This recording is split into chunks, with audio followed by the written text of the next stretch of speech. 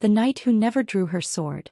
In the kingdom of Aldermont, where castle towers reached toward the clouds and banners fluttered in the mountain wind, there lived a knight named Dame Alara Whitestone who had never once drawn her sword in combat. This was, you understand, quite unusual for someone who had been a knight for 7 years. Alara was 30 years old, tall and strong, trained since childhood in the arts of war. She could wield any weapon with deadly precision, had studied strategy and tactics, knew 100 ways to defeat an opponent in single combat. She wore gleaming plate armor, carried a legendary sword called Peacekeeper that had been in her family for generations, and bore the crest of the Aldermont Royal Guard on her shield. But in 7 years of service she had resolved every conflict, every threat, every dangerous situation without ever unsheathing her blade. "You're wasting your potential," her fellow knights would say, after watching her talk down yet another would-be bandit, negotiate yet another peaceful resolution. "You're one of the finest swordmasters in the kingdom. Why won't you fight?" "Because," Alara would reply calmly, "I haven't needed to yet. And I hope I never will." The other knights didn't understand. They saw combat as honor, as proof of valor, as the purpose of knighthood. But Alara had learned something different from her grandfather, the knight who had first carried Peacekeeper. "The greatest warrior," he told her when she was young, "is the one who wins without fighting. Any fool can solve problems with violence. True skill is finding another way." So Alara had dedicated herself to finding other ways. When bandits threatened a village, she tracked them down and learned they were starving refugees from a neighboring war. She arranged for them to receive food and work from the village in exchange for protection. The bandits became farmers. The village became safer. No blood was shed. When a rival noble challenged the king's authority, Alara spent weeks uncovering the noble's true grievance, a trade dispute that had ruined his family's fortune. She mediated a new trade agreement. The noble became an ally. War was avoided. Peacekeeper remained sheathed. When a dragon began terrorizing the eastern mountains, Alara climbed alone to its lair, not to fight but to listen. She discovered the dragon was in pain from an ancient arrow embedded in its wing. She removed the arrow, treated the wound, and the dragon left peacefully, grateful. The mountains were safe again. Not a single scale was harmed. 7 years. Dozens of conflicts. Hundreds of lives saved. And never once had Alara needed to draw her sword. But her fellow knights saw this as weakness. They whispered that she was afraid, that she lacked true courage, that she dishonored the traditions of knighthood by refusing to embrace combat.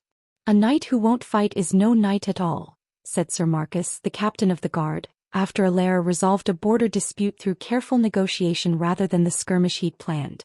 "What good is your skill if you never use it?" "I use it every day," Alara replied. "Just not the way you expect." The tension came to a head when the kingdom faced its greatest threat in a generation. Lord Blackwood, a powerful warlord from the Northern Territories, marched on Aldermont with an army of 3,000 soldiers. He claimed ancestral rights to the throne, disputed the current king's legitimacy, and demanded surrender. "We fight," Sir Marcus declared to the assembled knights. "We defend our king, our kingdom, our honor. This is what we trained for." The king looked at Alara. He was an old man, wise and weary, who had watched her unorthodox methods succeed time and again. "Dame Whitestone, do you have another way?" "Give me 3 days," Alara said. "Let me try to negotiate before we go to war. If I fail, then we fight. But let me try." Sir Marcus scoffed. "Blackwood has 3,000 soldiers. He won't negotiate. He wants war. He wants glory. 3 days won't change that." "Perhaps," Alara said. "But 3 days won't weaken our defenses either. What do we lose by trying?" The king agreed, and Alara rode out alone. No army, no retinue, just herself, her horse, and Peacekeeper strapped to her saddle and used as always. She rode for a day and a half to reach Blackwood's camp. The warlord's soldiers were surprised to see a single knight approach, more surprised still when she requested an audience rather than a duel. Lord Blackwood received her in his command tent. He was a massive man, scarred from decades of warfare, his armor dented from countless battles. He looked at Alara with a mixture of curiosity and contempt. "Dame Whitestone," he said, his voice like gravel. "I've heard of you. The knight who's too afraid to fight." "The knight who's never needed to fight," Alara corrected calmly. "Yet, I'm here to understand your grievance, Lord Blackwood. Why do you claim the throne of Aldermont? Because it's mine by right. My great-grandfather was the king's brother, passed over for succession due to political maneuvering. That injustice has festered for 3 generations. I'm here to claim what should have been my family's. And you're willing to kill thousands to do it? To destroy the kingdom in order to rule it? Blackwood's expression darkened. I'm willing to do what's necessary. Honor demands it. Does it? Elara pulled out a scroll, genealogical records she'd spent the previous night researching. Your great-grandfather was passed over because he was the younger brother, yes.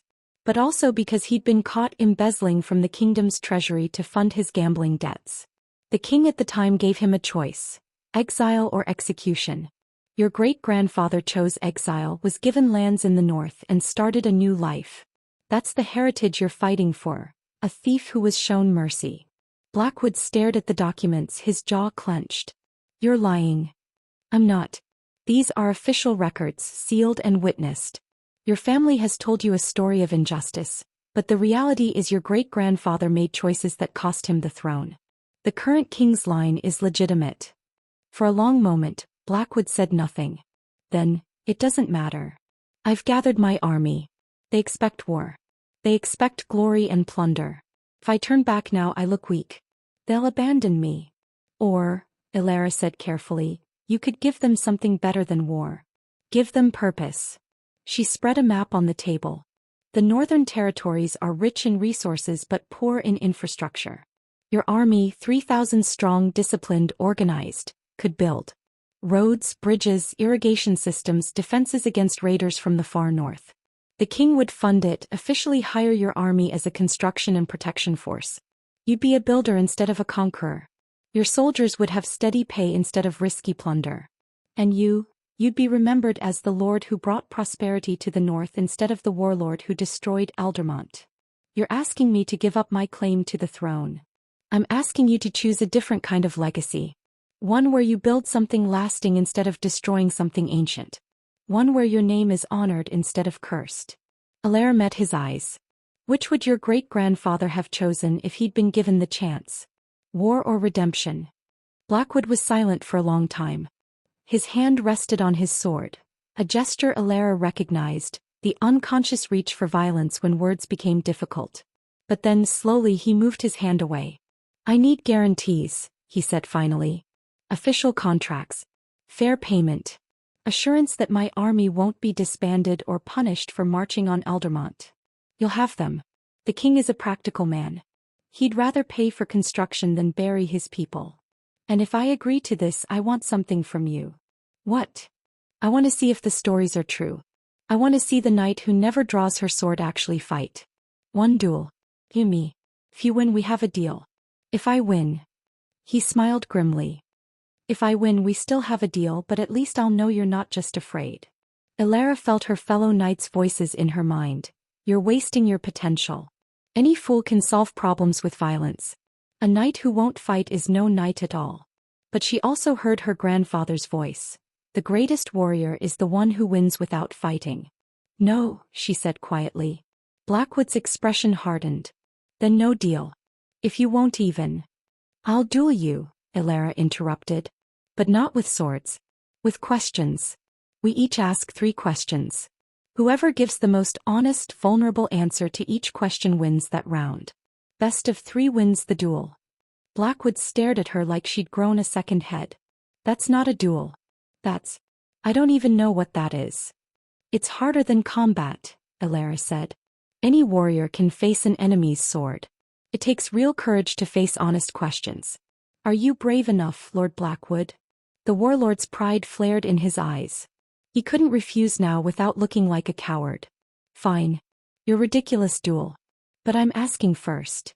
They sat across from each other and Blackwood asked his first question. Why do you really refuse to fight? Is it fear? Elara could have deflected, could have given a diplomatic answer. But she'd asked for honesty, so she gave it. Yes. Partially. I'm afraid that if I start solving problems with violence, I'll forget how to solve them any other way. I'm afraid I'll become like every other knight, seeing enemies instead of people, reaching for my sword instead of my mind.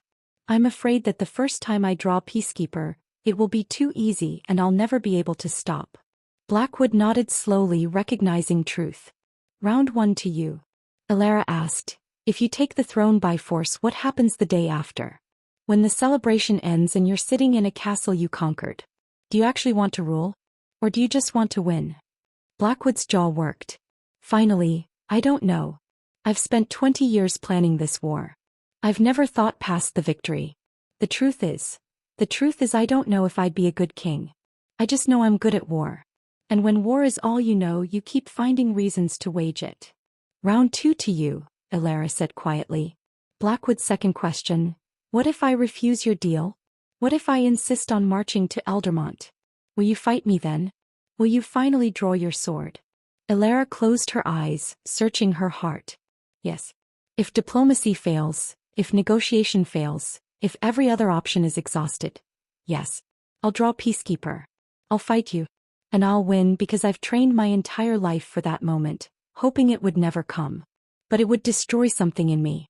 It would prove that violence is inevitable, that all my years of finding other ways were just delaying the unavoidable. So yes, I'd fight. But I'd mourn every second of it. Blackwood's eyes glistened. Round 3 to you. You win the duel. Now I ask my third question, Alara said. And this is the most important one.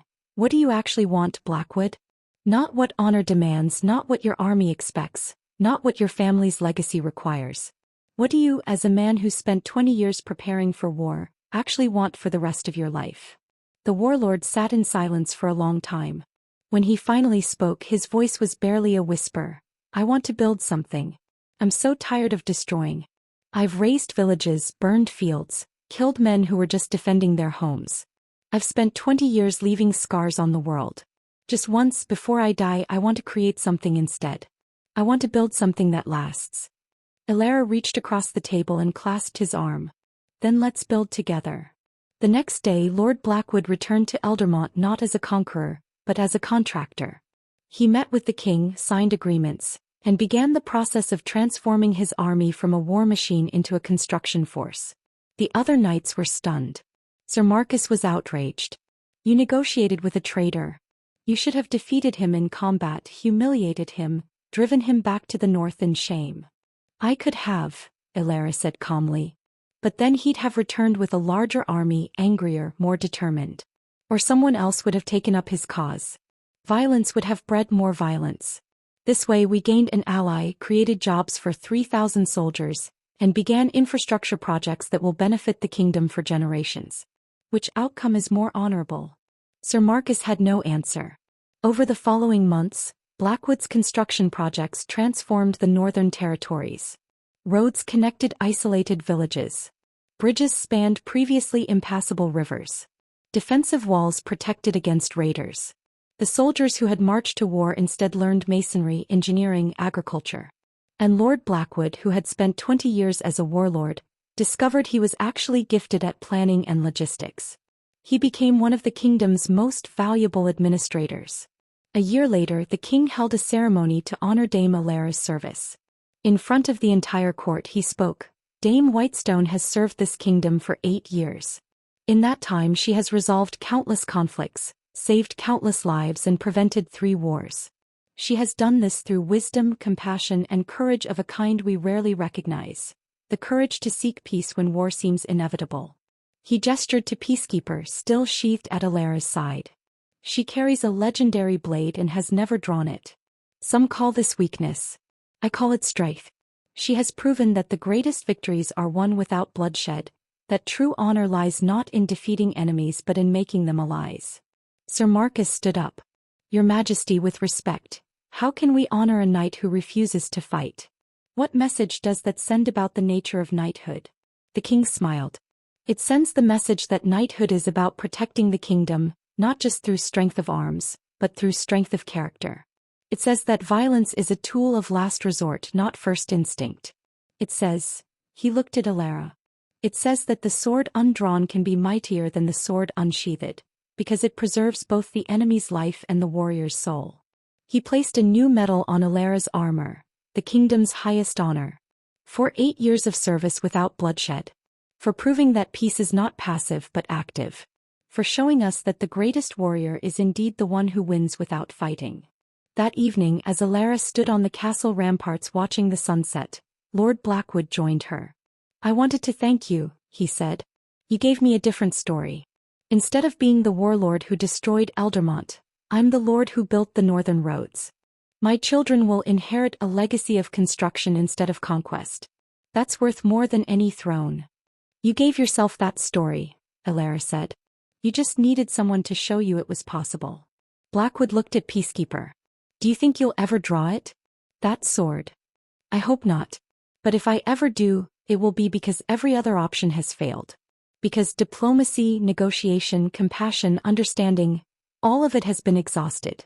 And on that day I'll draw Peacekeeper knowing I tried everything else first. That matters to me." "The knight who never draws her sword," Blackwood mused. "It's a strange kind of heroism. Maybe. Or maybe it's the only kind that actually lasts. Victories won by the sword end when the sword is lowered. But victories won through understanding, through connection, through making enemies into allies. Those last generations." She smiled. "Besides, I have drawn my sword. Just not the way anyone expected. Every time I choose words over violence, compassion over combat, understanding over aggression, that's me drawing Peacekeeper. I'm just wielding it differently than tradition demands." Years passed. Alara continued her service and her legend grew. The knight who resolved conflicts without violence, who saw negotiation as warfare by other means, who proved that honor lay in preserving life rather than taking it.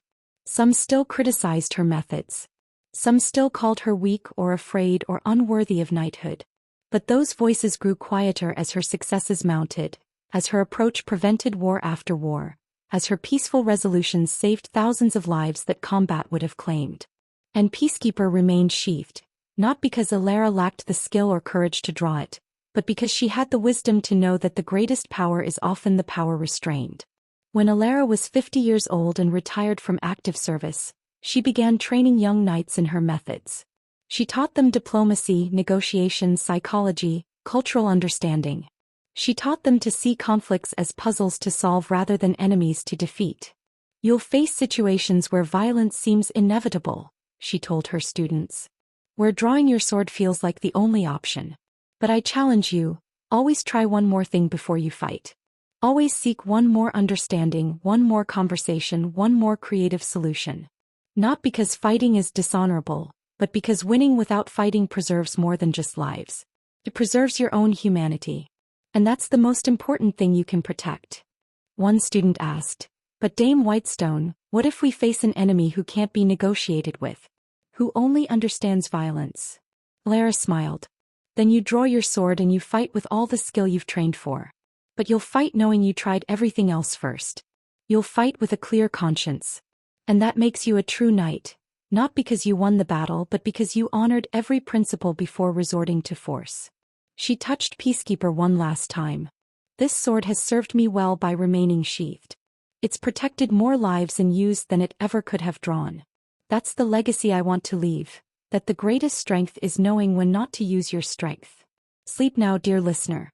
Dream of knights who seek peace and swords that need not be drawn. Dream of conflicts resolved through understanding and enemies transformed into allies. Dream of the courage it takes to choose compassion when violence seems easier, to seek connection when combat feels inevitable. May you find, as Alara did, that true strength lies not in the battles you fight, but in the battles you prevent. May you learn that the greatest victories are often won without confrontation, through patience and wisdom and the willingness to try one more conversation before drawing your sword. Rest well, and may your dreams be filled with peaceful resolutions and the quiet heroism of restraint." The thief who returned everything. In the sprawling merchant city of Goldhaven, where trade caravans arrived daily and the marketplace never truly slept, there lived a thief named Ren Shadowfoot who had the most unusual reputation in the Thieves' Guild. He was the best thief in the city, perhaps in the entire kingdom. He could pick any lock, bypass any trap, slip past any guard. He'd stolen from nobles, merchants, crime lords, even once from the city's high priest without being caught. In 15 years of thieving he'd never failed a job, never been captured, never left a trace. But Ren had one very strange habit. He always returned what he stole. Not immediately, of course. That would defeat the purpose. But eventually, through various means, everything he took found its way back to its original owner. A noble's jewels would reappear in his safe, mysteriously unharmed. A merchant's ledgers would return to his desk. The high priest's holy relic would show up at the temple altar. "You're insane," his fellow thieves would say. "What's the point of stealing if you just give it back?" "I'm not giving it back," Ren would reply with a slight smile. "I'm just borrowing. Temporarily." "But why?" they'd ask, exasperated. Ren never gave them a straight answer. The truth was complicated, and he'd learned long ago that complicated truths made people uncomfortable. The reality was this: Ren didn't steal for money or greed. He stole to solve problems that the people he stole from didn't even know they had. It had started 15 years ago when Ren was 17 and just beginning his career as a thief. He'd been hired to steal a merchant's ledger that supposedly contained evidence of fraud. Simple job, good pay. But when Ren broke into the merchant's office and examined the ledger, he discovered something unexpected. The merchant wasn't committing fraud. His accountant was. The merchant was being embezzled by someone he trusted, losing money month after month, and he had no idea. Ren could have just taken the ledger, completed his job, collected his pay. But something bothered him. The merchant was a good man. Ren had researched him before the job, as he always did. He employed local workers, paid fair wages, donated to the city's orphanage. He didn't deserve to be robbed by his own accountant. So Ren stole the ledger, yes. But he also made copies of the incriminating pages, left them where the merchant would find them, and anonymously tipped off the city guard about the accountant. The merchant discovered the embezzlement, fired the accountant, pressed charges, and eventually Ren returned the original ledger, claiming he'd found it in the market. The job had felt good. Better than stealing for profit ever had. He'd still used his skills, still pulled off the theft perfectly. But he'd also helped someone. Fixed a problem. Made things better. And so began Ren's strange career, stealing things to solve the problems surrounding them, then returning them once the problem was resolved. Over the years, his methods became more sophisticated. He stole a noble's treasury documents and discovered the noble was being blackmailed. He returned the documents but exposed the blackmailer. He stole a merchant guild's member list and found evidence of a conspiracy to fix prices. He returned the list but anonymously leaked the conspiracy to authorities. He stole a religious artifact and discovered it was a forgery. The real one had been sold years ago by a corrupt temple official. He returned the forgery but exposed the official. Every theft had a purpose beyond the theft itself. Ren had become something unprecedented. A thief who used stealing to help people. But the city's actual thieves guild didn't appreciate this. To them, Ren was breaking an unspoken code. Thieves took, they didn't give back. Thieves didn't solve problems, they created them. Ren's methods were making the rest of them look bad. "You're a disgrace," said Mistress Shade, the guild's leader, during a tense meeting in their underground headquarters. "Thieves who return their scores aren't thieves. I don't even know what you are. But you're making the guild look soft. Weak. Like we have consciences." "Maybe that's not a bad thing," Ren suggested mildly. "It's a terrible thing. We're criminals. We steal. That's what we do. That's what we're good at. Your Robin Hood routine is going to get all of us investigated, watched, harassed. The guard is starting to wonder if there's a good thief operating in the city. That draws attention we don't need." She leaned forward. "So here's my offer. Stop returning things or leave the guild. Choose." Ren chose to leave. He'd never particularly enjoyed the guild's politics anyway. Operating independently was riskier. No guild protection, no shared resources, no backup if things went wrong. But it also meant Ren could work by his own rules, take jobs that mattered, steal things that needed stealing. His reputation evolved. He became known as the Ghost, a thief who took things that mysteriously reappeared, who seemed more interested in causing confusion than keeping treasure. Some people began leaving him jobs, not requests to steal but requests to investigate. Notes left in dead drops. "Someone is stealing from my shop but I can't prove it. My business partner is hiding something. I think my spouse is being threatened." Ren would investigate, through theft naturally. He'd steal financial records, personal letters, hidden documents. He'd piece together the truth, expose wrongdoing, return what he'd taken and disappear like smoke. He never asked for payment. People left it anyway, coins in the dead drops, donations to causes they knew he'd find, gifts that appeared in his various safe houses. Ren accepted enough to live on and gave the rest away. He didn't need much. He had everything he wanted. The thrill of the theft, the satisfaction of solving puzzles, and the quiet joy of making things right. Then one day he received a request that changed everything. The note was simple. My daughter was kidnapped 3 days ago. The kidnappers demand ransom I cannot pay. The city guard cannot find her. Please help. I have nothing to offer but my gratitude and my life. It was signed by Helena Greywood, a seamstress Ren knew by reputation. Poor but honest, widowed, raising her daughter alone through long hours of hard work. Ren had never dealt with a kidnapping before. This wasn't white-collar crime or political corruption. This was violence. Real danger.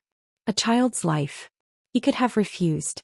Could have said this was beyond his expertise, beyond what he did. But the thought of that mother, desperate and helpless, waiting for her daughter. Ren began investigating immediately. He started with the ransom note, stolen from Helena's shop while she slept. The handwriting, the paper, the phrasing. He cross-referenced it with documents he'd stolen over the years, looking for matches. He found one.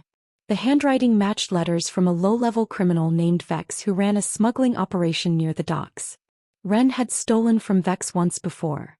Inventory lists that proved he was diluting wine and reselling it as premium vintage. So Vex had escalated from fraud to kidnapping. Probably desperate for money after his wine scheme collapsed. Ren spent 2 days watching the docks, learning Vex routines, identifying possible locations where a kidnapped child might be held. On the 3rd night he broke into 5 different warehouses searching. He found her in the 6th. A small storage room in the back of an abandoned fishery. The girl, Lily, he knew from his research, was locked in, unharmed but terrified. A guard sat outside, half asleep. Ren could have picked the lock, freed the girl, gotten her out quietly. That was the smart play. The safe play. But the guard would raise the alarm eventually and Vex would just do this again to someone else. This needed to end permanently. So Ren did something he'd never done before. He got deliberately caught. He made just enough noise picking the lock that the guard woke up. When the man opened the door, Ren stepped out calmly, hands visible, no weapons drawn. "I'm here to negotiate," Ren said. The guard grabbed him, shouted for Vex. Within minutes, Ren was bound and kneeling in front of the smuggler with 4 armed thugs surrounding him. "The ghost," Vex said, recognizing him. "I heard about you. The thief who gives things back. Turn soft, they say. Gone all noble." He laughed. "Looks like you made a mistake this time. Breaking into my warehouse? Trying to steal my insurance." "Insurance?" Ren kept his voice calm. "Is that what you call kidnapping a child? The mother owes money. Old gambling debts from her late husband. I'm collecting. If she pays, she gets the kid back. She doesn't have the money. You know that. You chose a mark who can't pay specifically so you could sell the child to slavers when the ransom fails." Vex's smile faltered. "How did you?" "I'm a thief. Information is what I steal. I know about your slaver contacts. I know you've done this before, 3 times in the past year. I know where you keep your financial records, who you've paid off in the city guard, and exactly how deep your criminal network runs." Ren met his eyes. "And I know that I've already stolen all of it. Every record, every ledger, every piece of evidence of your entire operation. Copied and delivered to 5 different people. A city guard captain who isn't on your payroll, an investigative journalist, a temple priest who runs an anti-slavery organization, and 2 nobles who lost family members to slavers and would very much like to fund your prosecution." Vex went pale. "You're lying." "Am I?" "Search your office. Check your hidden safe. The documents are gone. All of them. I took them last night while you were here guarding the girl." Ren smiled slightly. "I'm very good at my job. Then why are you here? Why let us catch you?"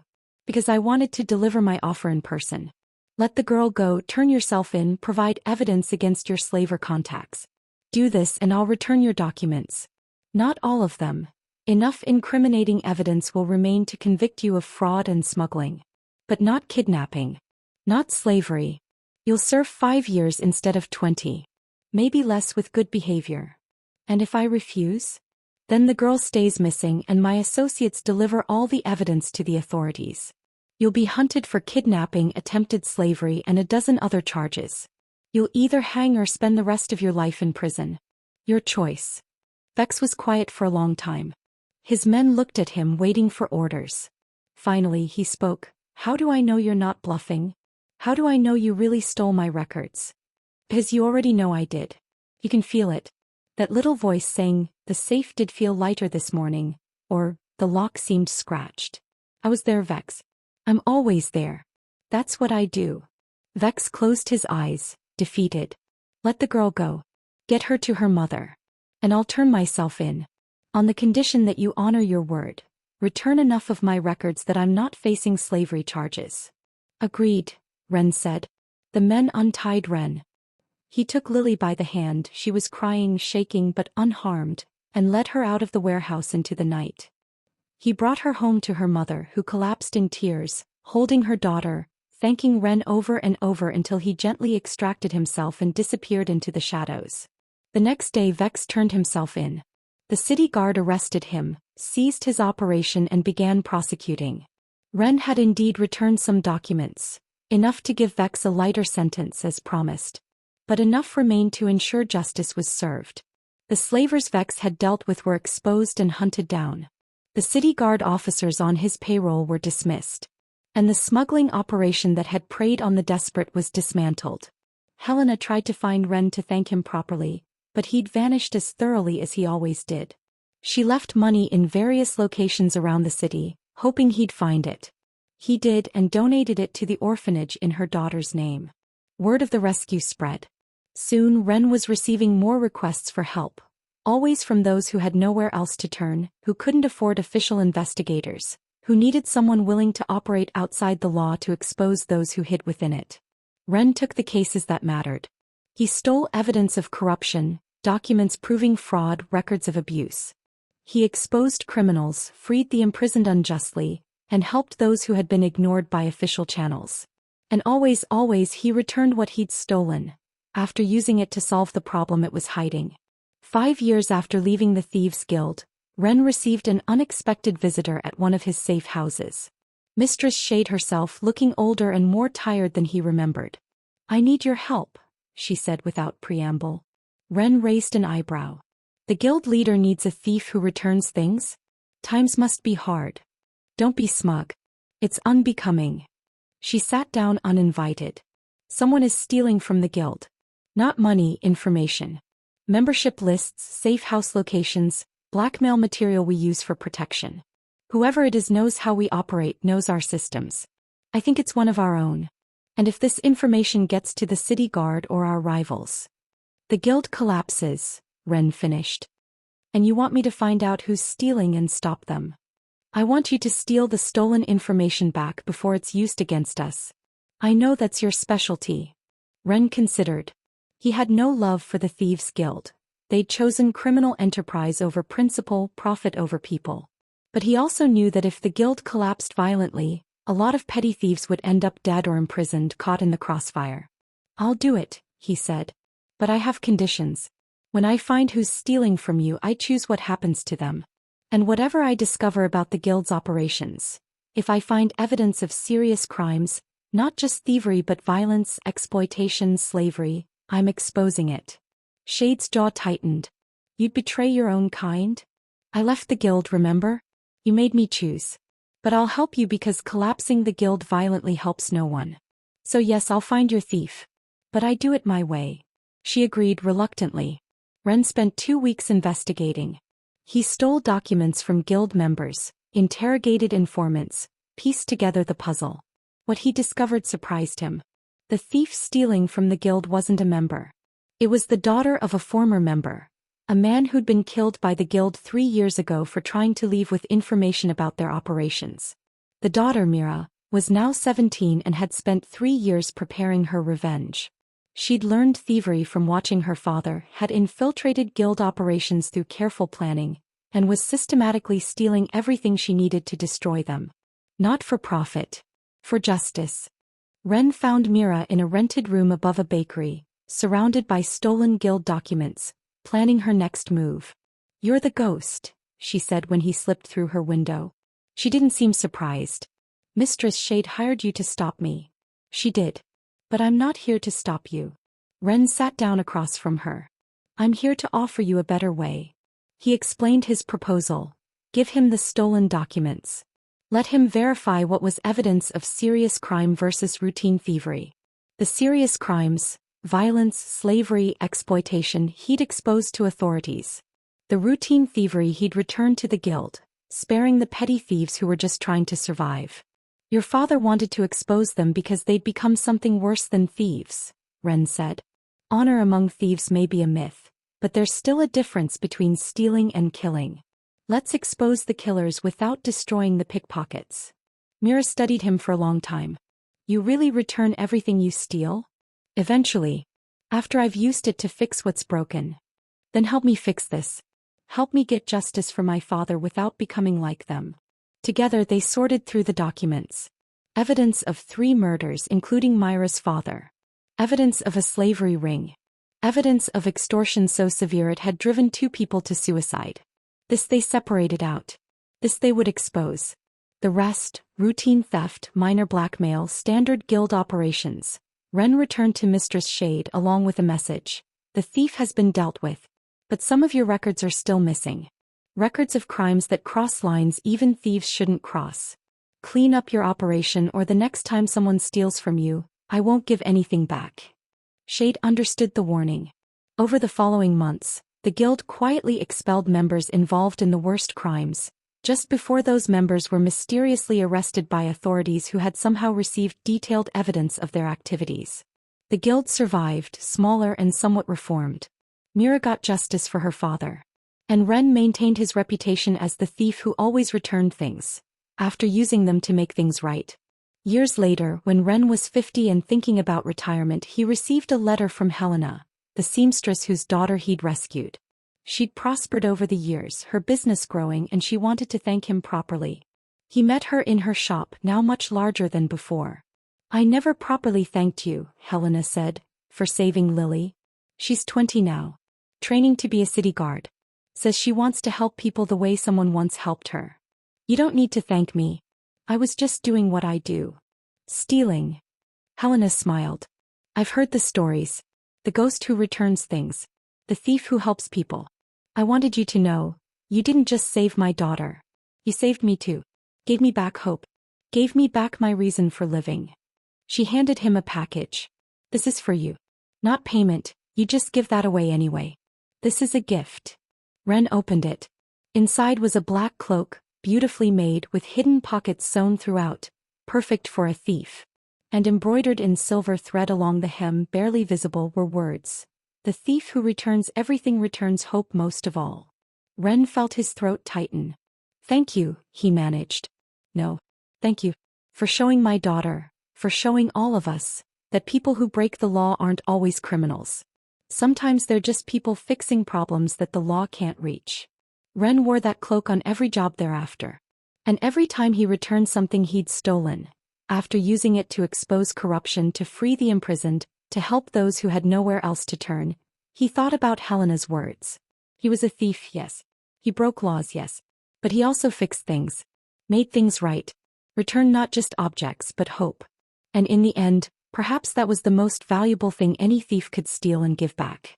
Narrator. And so Ren Shadowfoot continued his unusual career, the thief who always returned what he stole, after using it to solve the problems it represented. He learned that stealing didn't have to be about taking from others. It could be about taking back what was owed, justice, safety, truth, hope. The Thieves' Guild never understood him. Society couldn't quite categorize him. But those he helped knew exactly what he was. Someone willing to break rules to fix what was broken, to steal from the corrupt to help the desperate, to operate in shadows so others could live in light. Rest now, dear listener. Dream of thieves with honor and stolen evidence that frees the innocent. Dream of breaking rules for the right reasons and giving back what matters most. Sleep well, and may your dreams be filled with unlikely heroes who know that sometimes the greatest theft is stealing hope from despair and returning it to those who've lost it. The Wizard Who Forgot Spells. In the Tower of Eternal Learning, where ancient tomes lined walls that reached toward the clouds and magical energy hummed through the very stones, there lived a wizard named Talia Moonwhisper who had the most embarrassing problem a wizard could have. She kept forgetting her spells. Not gradually like age-related memory loss. And not from lack of study. Talia read constantly, reviewed her spellbook every morning, practiced her incantations with religious dedication. But somehow in the moment when she needed magic most, the words would simply vanish from her mind. The gestures would slip away. The formulas would dissolve like morning mist. She'd stand there, staff raised, components ready, facing whatever problem required magical intervention, and her mind would go completely blank. "It's performance anxiety," said Archmage Cornelius, her mentor and the tower's headmaster. "You know the spells perfectly in practice. But under pressure you freeze. It's a mental block, not a magical one." "How do I fix it?" Talia asked, frustrated after her latest failure. She'd been trying to cast a simple light spell to help search for a lost child and couldn't remember even the basic cantrip. A novice had to do it instead. Practice under pressure. Expose yourself to stressful situations until casting spells in crisis becomes second nature. Cornelius stroked his long beard thoughtfully. Or find a different approach to magic. Not everyone is meant to be a traditional spellcaster. But Talia didn't want a different approach. She wanted to be a proper wizard like her mother had been and her grandmother before that. The Moon Whisper family had produced powerful wizards for 6 generations. Talia was supposed to continue that legacy.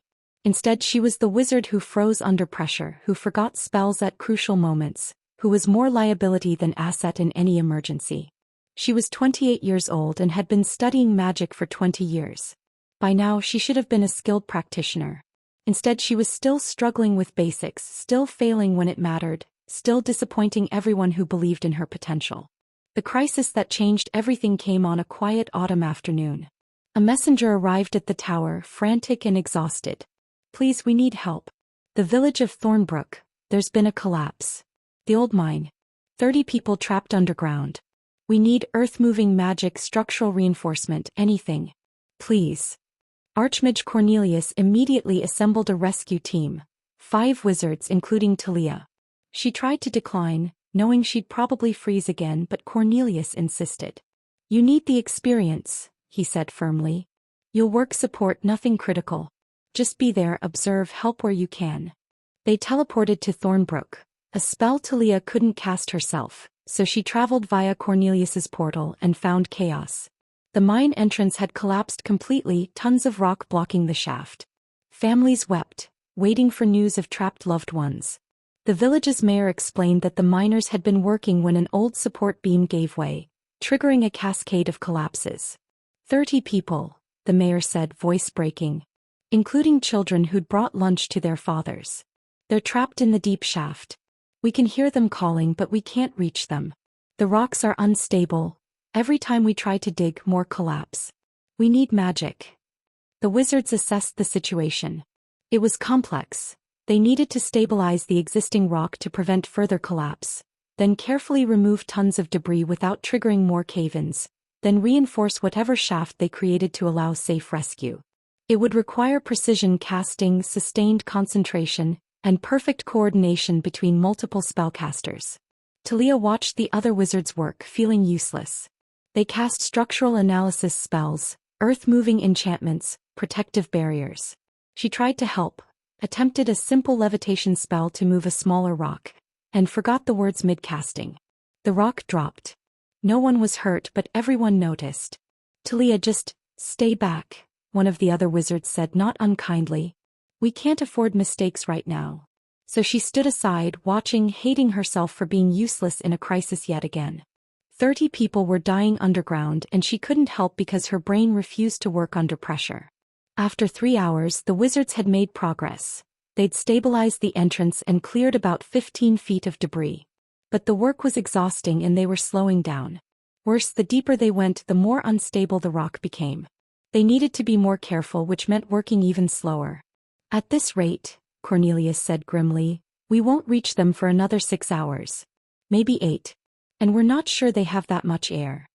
That's when Talia heard the crying. A woman near the collapse, sitting alone, sobbing quietly. Talia recognized her. Mara, a widow who ran the village's small bakery. Talia had bought bread from her during previous visits to Thornbrook. Talia sat down beside her. "I'm sorry," she said quietly. We're working as fast as we can. Pie's son, Mara whispered. Thomas. He's only 12. He went down to bring his uncle lunch. If he dies down there. She couldn't finish. Talia took her hand. Tell me about Thomas. What's he like? Mara looked surprised by the question, but then words started pouring out. How Thomas loved books, wanted to be a scholar, spent every spare moment reading. How he was gentle with animals, helped at the bakery without being asked, made friends with everyone in the village. How he'd been so excited to visit the mine, to see where his uncle worked, never imagining danger. As Mara talked, others joined them. Parents, siblings, spouses of the trapped miners. They all needed to talk, to share who they were waiting for, to make their loved ones real to someone. And Talia listened. She couldn't cast spells to save them, but she could do this. Sit with the frightened, hear their stories, help them hold on to hope. She listened for hours as the wizards worked. She heard about marriages and children, dreams and fears, the ordinary beautiful details of 30 lives trapped underground. She held hands, offered what comfort she could, and felt the weight of those lives becoming real to her in a way they hadn't been before. When night fell, the wizards had cleared about 30 feet, not even a third of the way to the trapped miners. And they were exhausted, their magical reserves depleted. We need rest, Cornelius admitted. We'll resume at first light. But, he hesitated, not wanting to say it aloud. But they might not survive the night, the mayor finished. Isn't there anything else you can do? The wizards looked at each other, frustrated and helpless. Magic was powerful, but it had limits. They couldn't work beyond exhaustion. A miscast spell at this depth could trigger a complete collapse that would kill everyone. Talia stood up, an idea forming. It was probably stupid. It would probably fail. But 30 people were dying and everyone else had tried everything they could think of. What if we don't dig them out? She said quietly. Everyone turned to look at her. What if instead we send supplies in? Food, water, light, medicine. Keep them alive while we dig more carefully. It would take longer, but they'd survive. How? One of the wizards asked. We can't tunnel through, the rock is too unstable. Any significant opening would collapse. Not a tunnel. A string. Talia pulled out her notebook, sketching quickly. We drill a tiny hole just a few inches wide. Thread a rope through with supplies attached. Lower them down. The hole is too small to affect structural stability, but large enough to sustain life. Cornelius studied her sketch. It could work. We'd need precision drilling magic, but that requires much less power than earth moving. We could manage it even exhausted. He looked at Talia with new respect. That's brilliant. It's not magic, Talia said apologetically. It's just practical thinking. I heard about something similar in a mining accident history I read. It's exactly what we need. They immediately began implementing Talia's plan.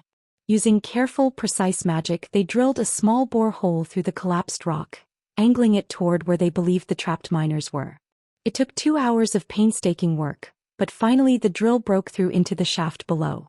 Voices echoed up through the tiny hole, weak, frightened but alive. All 30 people had survived so far. The wizards threaded rope through, lowered down water, food, blankets, medicine, and magical lights. The relief that echoed up from below was overwhelming. The families outside wept with joy. Their loved ones were alive and could now survive however long the rescue took. With pressure removed, the wizards could work more carefully. Over the next 2 days, they methodically cleared the collapse, reinforced every inch, and finally broke through to the trapped miners. All 30 emerged alive. Exhausted, traumatized, but alive. The village celebrated. The wizards were hailed as heroes. And Talia found herself surrounded by grateful families, thanking her for the idea that had saved their loved ones. I didn't do anything, she protested. I didn't cast a single useful spell. You did something more important, Mara said, hugging her tightly. You listened to us. You learned who we were waiting for. And that made you understand what really mattered. Keeping them alive, not just digging fast. The other wizards were so focused on magical solutions they didn't think of simple ones. But you did because you weren't thinking like a wizard. You were thinking like a person. Later, as the team prepared to return to the tower, Cornelius pulled Talia aside. You've been trying to force yourself into a traditional wizard's role for 20 years, he said. Powerful combat caster, emergency responder, Someone who can remember and execute complex spells under pressure. But that's not who you are. I know. I'm a failure at it. No. You're simply not that kind of wizard. But today you were exactly the kind of wizard those people needed. Someone who thought creatively, who listened, who solved problems with understanding rather than power. That's a different kind of magic, Talia. Equally valuable. He smiled. I'm assigning you a new role. Not emergency response. Crisis counseling and creative problem solving. When magical crises arise, you won't be casting the big spells. You'll be the one talking to people, understanding the real problem beneath the obvious one, finding unconventional solutions. That doesn't sound like being a wizard. Then we need to expand our definition of what wizards do. Magic isn't just about casting spells. It's about making the impossible possible. And you do that, just not the way everyone expected. Over the following months, Talia's role at the tower evolved. When a nobleman requested help lifting a curse, Talia interviewed him carefully and discovered he wasn't cursed. He was being poisoned by his jealous brother. No spell required, just careful listening and observation. When a village reported mysterious crop failures blamed on magical blight, Talia investigated and found the actual cause was irrigation system damage. When a merchant claimed his rival was using enchantments to steal his business, Talia proved the rival was just offering better prices. Again and again, problems that appeared magical turned out to be mundane, requiring not spell power but understanding, creativity, and practical thinking. And in situations that did require magic, Talia found her niche. She didn't cast the spells, she designed the solutions. She figured out which spells would work best, how to combine them creatively, what unconventional approaches might succeed where traditional methods failed. She became the tower's premier magical consultant, the wizard other wizards came to when their standard spells didn't solve the problem. When brute force failed, they called Talia. When power wasn't enough, they called Talia. When they needed someone to think differently, they called Talia. And somehow, when she stopped trying to be a powerful combat caster and started embracing her actual strengths, the spell-forgetting problem lessened. She still froze under pressure sometimes. But now that she wasn't relying on spells to solve every problem, it didn't matter as much. She'd find another way. One day, a young wizarding student came to her office, looking miserable. I can't do it, the girl said, crying. I've been studying for 5 years and I still can't cast a fireball. Everyone else can. I'm the worst student in my year. Maybe I should just give up on magic entirely. Talia smiled, recognizing herself. Can you cast other spells? Yes, but they're all weak. Utility cantrips. Minor illusions. Nothing powerful or impressive. Show me. The girl demonstrated. A minor illusion spell that created a perfect visual copy of a flower, detailed down to the morning dew on petals. It was beautiful, delicate, and showed incredible control. That's remarkable, Talia said. Most wizards couldn't create something so precise. Do you know what this tells me? That I'm only good at useless magic? That you're good at different magic. Fireball is brute force, power without precision. You're the opposite, precision without power. And you know what? The world has plenty of wizards who can blow things up. We need more who can create beautiful, precise things. She pulled out a book of unconventional spell applications. These are spells that require control, not power. Surgical teleportation. Microscopic illusions for medical diagnosis. Precise elemental manipulation for crafting. None of them are what you'd call impressive. But they're useful, valuable, and they require exactly the kind of magical fine control you've demonstrated. The girl studied the book, hope dawning in her eyes. You really think I could be good at this? Even if I never learned to cast powerful combat spells. I think you'll be excellent at it, because you're not trying to be something you're not. You're embracing what you actually are. Talia smiled.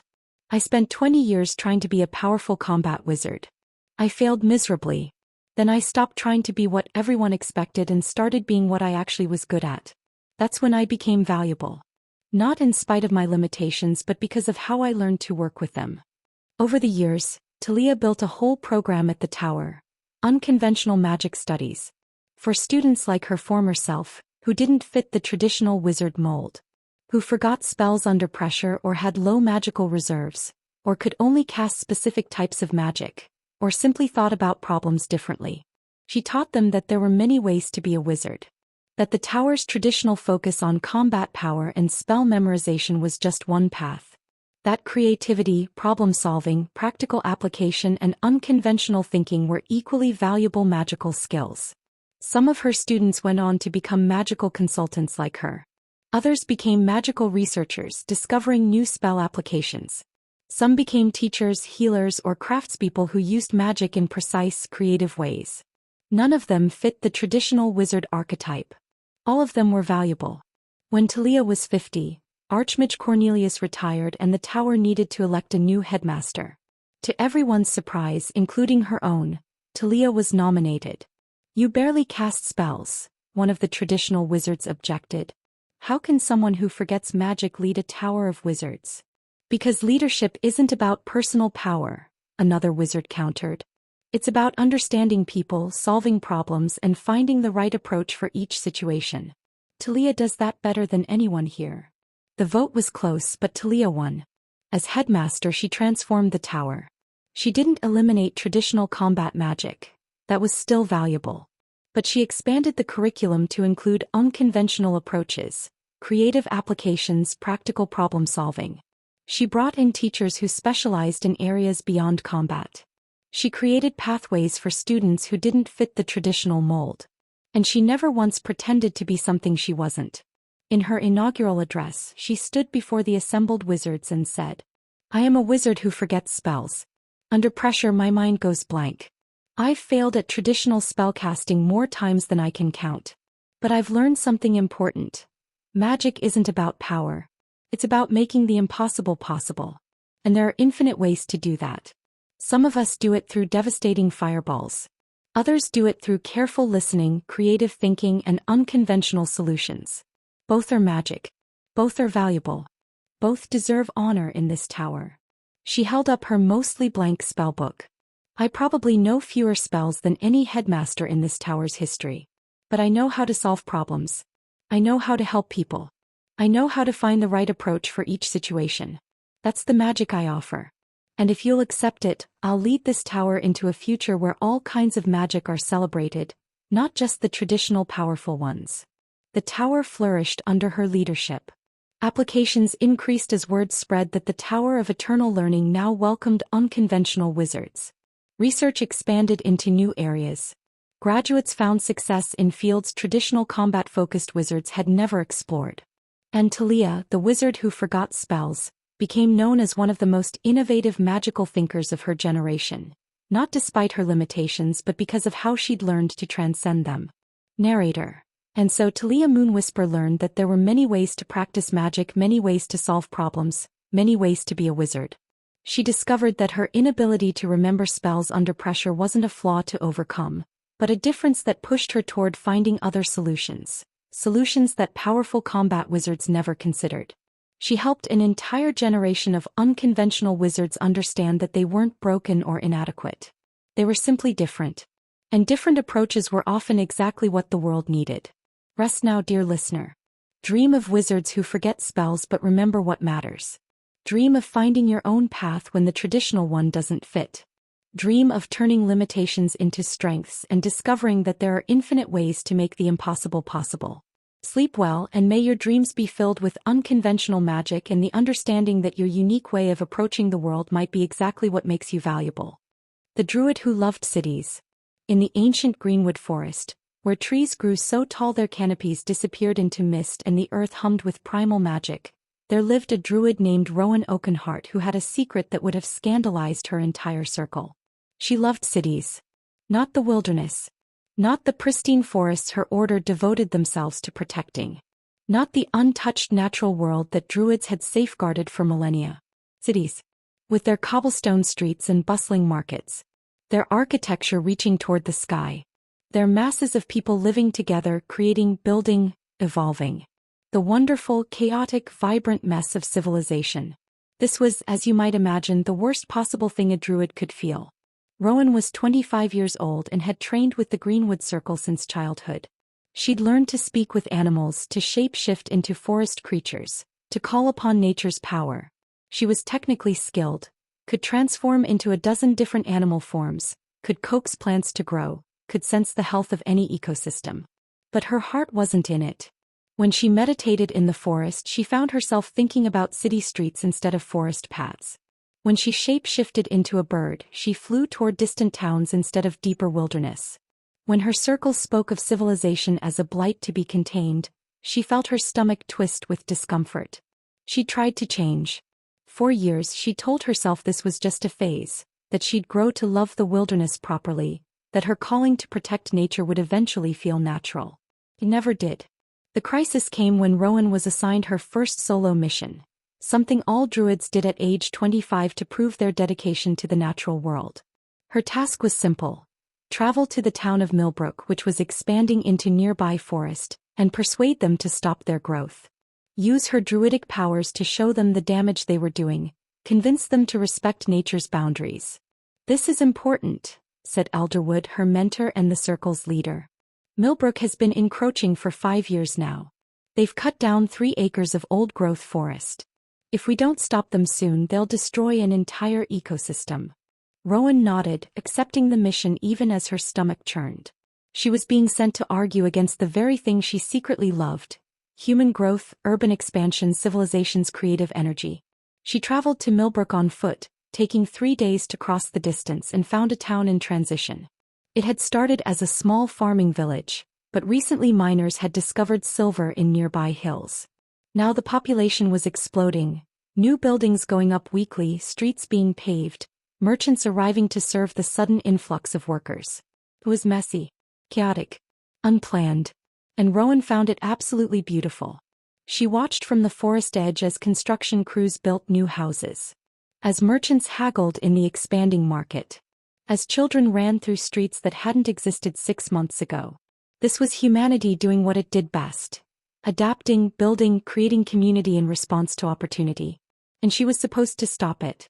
To tell them they were wrong, that their growth was destroying something more important than their needs, that nature's claim to the land superseded theirs. He couldn't do it. Instead, Rowan walked into Millbrook and began observing. Not as a druid on a mission, but simply as someone curious about how the town worked. She talked to the builders, the miners, the merchants, the families. She learned why they'd come, what they hoped to build, how they envisioned their future. What she discovered surprised her. The people of Millbrook weren't thoughtlessly destroying the forest. They were desperate. The silver mine had brought opportunity to a region that had been desperately poor. Families who'd been starving were now eating. Children who'd had no future were learning trades. The expansion wasn't greed, it was survival. But she also saw problems. The construction was haphazard, cutting trees without thought for erosion control. Waste from the mine was being dumped into a stream that fed the forest. The town's growth was genuinely damaging the ecosystem, not from malice but from lack of knowledge. Rowan faced a choice. She could complete her mission as assigned, use her druidic powers to frighten the town, make nature seem dangerous, convince them to stop expanding. That's what the circle expected. Or she could do something unprecedented, help the town grow in harmony with nature instead of against it. She chose the latter. Rowan approached the town's mayor, a practical woman named Helena, and introduced herself honestly. "I'm a druid. My circle sent me to stop your expansion. But I don't think that's the right solution. I think we can find a better way." Helena was understandably skeptical. "Druids don't help towns grow. You people want us all living in caves, gathering berries. Some druids feel that way. I don't." Rowan pulled out sketches she'd been making. "Your town is expanding and it needs to. But you're doing it in ways that will cause problems for you, not just the forest. Look, you're building on this slope without terracing. When the autumn rains come, you'll have mudslides. You're dumping mine waste in this stream which flows back toward town. You'll poison your own water supply. You're cutting trees without leaving wind breaks. Winter storms will damage your buildings." She showed Helena alternative approaches. "If you expand this direction instead, you use land that's already partially cleared from an old fire. If you terrace the slopes, you prevent erosion and create usable farmland. If you treat the mine waste and use it as fertilizer, you enrich soil instead of poisoning water. If you leave strategic trees standing, they protect buildings and provide lumber indefinitely as you harvest selectively." Helena studied the sketches. "This would let us grow without destroying everything? More than that, it would let you grow stronger. Cities that work with nature instead of against it last longer, cost less to maintain, and provide better lives for their people. I can help you build that way if you're willing. Why would a druid help a town expand? Isn't that against everything you believe? Rowan took a deep breath. I'm supposed to believe that cities are inherently bad, that civilization is a blight, that humanity's role is to minimize our presence. But I don't believe that. I think humans are part of nature too. Your creativity, your communities, your cities. Those are as natural as beaver dams or bird nests. You're just building on a bigger scale. She gestured at the bustling town. People working together, creating something larger than themselves, building communities that support each other. This is beautiful. It doesn't have to be nature's enemy. It can be nature's partner. Helena considered for a long moment. Then she extended her hand. All right, Druid. Show us how to build your way. If it works as well as you claim, we'll follow your guidance. If it doesn't, we go back to our original plans. Deal. Over the following months, Rowan helped Millbrook transform its growth pattern. She taught builders how to work with the landscape instead of flattening it. She showed miners how to process waste safely. She worked with the town's planners to design expansion that preserved key forest corridors for wildlife while still meeting human needs. She also discovered she had a gift for this work. Her druidic training, understanding ecosystems, sensing plant health, communicating with animals, translated perfectly to urban planning. She could sense which areas could sustain construction and which were too ecologically sensitive. She could identify problems before they became crises. She could design solutions that benefited both nature and civilization. But her work came at a cost. Word reached the Greenwood Circle about what she was doing, not stopping expansion but enabling it, facilitating it, making it more efficient. Elderwood arrived in Millbrook 3 months after Rowan had started her work, and he was furious. You were sent to stop this, he said, standing in the town square, surrounded by the construction Rowan had helped plan. Instead, you've helped them destroy 3 times as much forest as they would have on their own. I've helped them build sustainably, Rowan corrected. Yes, they're using more land, but in ways that preserve ecosystem health, maintain water quality, and leave corridors for wildlife. The forest isn't being destroyed. It's being integrated into their community. That's not our way. Druids protect wilderness from civilization, not help civilization consume it more efficiently. Maybe our way needs to change. Rowan stood her ground even though contradicting Elderwood terrified her. Civilization isn't going away. Humanity is going to keep growing, keep building, keep expanding. We can either fight that reality and lose, because we will lose eventually, or we can help guide it toward sustainability. You sound like you've been corrupted. The city has poisoned your mind. The city has opened my mind. I've learned that humans aren't nature's enemy. They're nature's newest expression. Their cities are ecosystems too, different from forests but no less real. And if we help them build good cities, sustainable cities, cities that work with nature instead of against it, we actually protect more wilderness than if we fight them at every turn. Rowan gestured at Millbrook. Look at what we've built here. Yes, the town expanded. But because I helped them do it right, they're using 1/4 of the resources they would have wasted. They're preserving the stream instead of poisoning it. They're leaving mature trees standing instead of clear-cutting. They're learning to value nature as a partner, not an obstacle. That's more protection than frightening them into temporary retreat would have achieved. Elderwood was silent for a long moment. Then he said quietly, "You're expelled from the Greenwood Circle. You've betrayed everything we stand for. You're no longer a druid." Rowan felt tears on her face, but she nodded. "I understand. But I'm not going to stop this work. With or without the Circle's blessing, I'm going to keep helping cities grow sustainably. Because that's what the world actually needs." Elderwood left. And Rowan stayed in Millbrook, continuing her work, feeling both heartbroken and strangely free. Over the next year, word of her approach spread.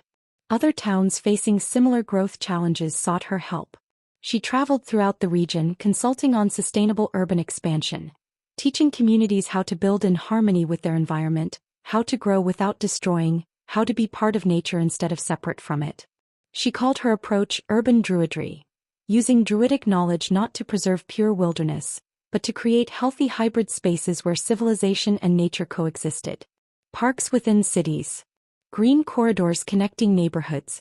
buildings designed to support plant and animal life, water systems that worked with natural flows instead of against them. Cities she consulted for became healthier, more livable, more sustainable. They used fewer resources, produced less waste, and actually increased biodiversity within urban boundaries by creating intentional habitat. But Rowan worked alone. No Druid circle would accept her. The Greenwood Circle had declared her a traitor, and other circles followed their lead. Traditional Druids saw her as corrupted, as someone who'd chosen civilization over nature. She felt the loneliness keenly. She missed her circle, her fellow Druids, the community she'd grown up in. But she couldn't go back. She'd found her calling, even if it was a calling no other Druid recognized. Then one day, 5 years after her expulsion, she received an unexpected visitor in Millbrook. A young Druid named Ash, barely 20, who'd heard about her work. "I need to talk to you," Ash said. Privately. They walked to a park Rowan had designed. A green space in the heart of Millbrook where native plants grew alongside human gardens, where birds nested in specially designed buildings, where a stream ran clean through carefully managed channels. "This is beautiful," Ash breathed, looking around. "This is what Druids should be doing. Most Druids would disagree with you. Most Druids are wrong." Ash sat on a bench Rowan had carved from a fallen tree. "I've been feeling the same things you felt. Love for cities. Fascination with human creativity. But I've been hiding it because I know what the circles think. Then I heard about you, the expelled Druid who helps cities. I had to meet you." "Why?" "Because I want to learn. I want to do what you're doing. I don't want to spend my life fighting civilization. I want to help it evolve into something sustainable." Ash looked at Rowan with desperate hope. "Will you teach me? Even though I'm from a different circle, even though you're expelled." Rowan felt something crack open in her chest. She wasn't alone. There was at least one other Druid who understood. "Yes," she said. "I'll teach you." Over the following years more came. Young Druids who'd felt the same secret love for cities, who'd been hiding their feelings, who'd heard about the expelled Druid doing impossible work. One by one they sought Rowan out, asking to learn urban Druidry. He taught them all. And slowly, informally, a new circle formed, not bound by tradition or location but by shared purpose. They called themselves the Circle of the Growing Green, and their mission was simple: help civilization grow sustainably, create harmony between human and natural systems, prove that cities could be part of nature's expression rather than its enemy. The traditional Druid circles condemned them, called them corrupted, refused to acknowledge them as legitimate Druids. But the cities they helped flourished. And the natural ecosystems within and around those cities thrived in ways that would have been impossible without their guidance. 10 years after her expulsion, Rowan received a letter from an unexpected source: Elderwood, her old mentor. He requested a meeting in the forest outside Millbrook. She went, nervous and uncertain what he wanted. Elderwood looked older, more worn. He studied the forest around them, healthy, thriving, coexisting with the nearby town in ways that shouldn't have been possible. "I was wrong," he said without preamble. "Not about everything. But about you. About what you were doing. What changed your mind? I visited 12 cities over the past year. 6 were traditional, built without Druidic input, growing however they wanted. 6 were cities you'd consulted for. The difference was..." He trailed off. The traditional cities had destroyed everything natural around them. No birds. No clean water. Erosion. Pollution. Dead zones. But your cities, they were alive. More species diversity within city limits than in some wilderness areas. Clean water. Healthy soil. Humans and nature genuinely coexisting. He looked at Rowan. "You were right. Civilization isn't going to stop. Humans are going to keep building. And if Druids refuse to engage with that reality, we're just yelling at a river demanding it stop flowing. We can't preserve nature by pretending civilization doesn't exist. We have to help civilization evolve into something nature can live with." "Are you saying the Greenwood Circle accepts what I'm doing?" "I'm saying I was wrong to expel you. I'm saying what you're doing is Druidry, just a kind we'd never imagined. I'm saying..." He took a deep breath. "I'm saying I want to learn. If you'll teach me." Rowan stared. Her former mentor, the head of the Greenwood Circle, was asking to become her student. "Of course I'll teach you," she said. "Urban Druidry needs all the help it can get." Over the following years, something unprecedented happened. Traditional Druid circles began acknowledging urban Druidry as a legitimate path. Not all of them. Some remained convinced that civilization was inherently corrupt. But enough circles opened their minds that the Circle of the Growing Green became officially recognized. Rowan was invited to speak at the Grand Gathering, a once-a-decade meeting where all Druid circles assembled. She stood before hundreds of Druids and explained her philosophy. For millennia, we've defined our purpose as protecting wilderness from civilization. But that paradigm is failing. Humanity keeps growing, keeps spreading, and if our only response is to fight that growth, we'll eventually lose. The wilderness will shrink no matter how hard we resist. She showed images of her cities. Parks where children played, green corridors where deer walked through urban neighborhoods, buildings covered in gardens where birds nested. But what if we changed our approach? What if instead of fighting civilization we taught it how to be part of nature? What if we helped humans build cities that were genuinely sustainable, that supported ecosystems instead of destroying them? What if we made human spaces so green, so alive, that the line between city and forest blurred? She pulled up a map showing biodiversity in traditional cities versus her consulted cities. The difference was stark. This is what's possible when we work with humanity instead of against it. When we accept that cities are natural too, because humans are natural and everything humans do is nature expressing itself through us. Cities are like anthills or coral reefs, large-scale structures created by social creatures. They can be healthy or sick. We can help them be healthy. The Druids listened. Some were skeptical. But others, especially younger Druids who'd been struggling with the same feelings Rowan had felt, were inspired. The vote was close. But ultimately the Grand Gathering officially recognized urban Druidry as a valid Druidic path. Druids who loved cities no longer had to hide. They could openly train in sustainable urban development, officially consult for growing communities, proudly work to make civilization green. Rowan returned to Millbrook, now a thriving city of 50,000, filled with parks and gardens and green corridors, where nature and humanity coexisted so thoroughly that visitors couldn't tell where one ended and the other began. She stood in the central park she'd designed 20 years ago, now grown into a mature forest within the city's heart, and felt profound satisfaction.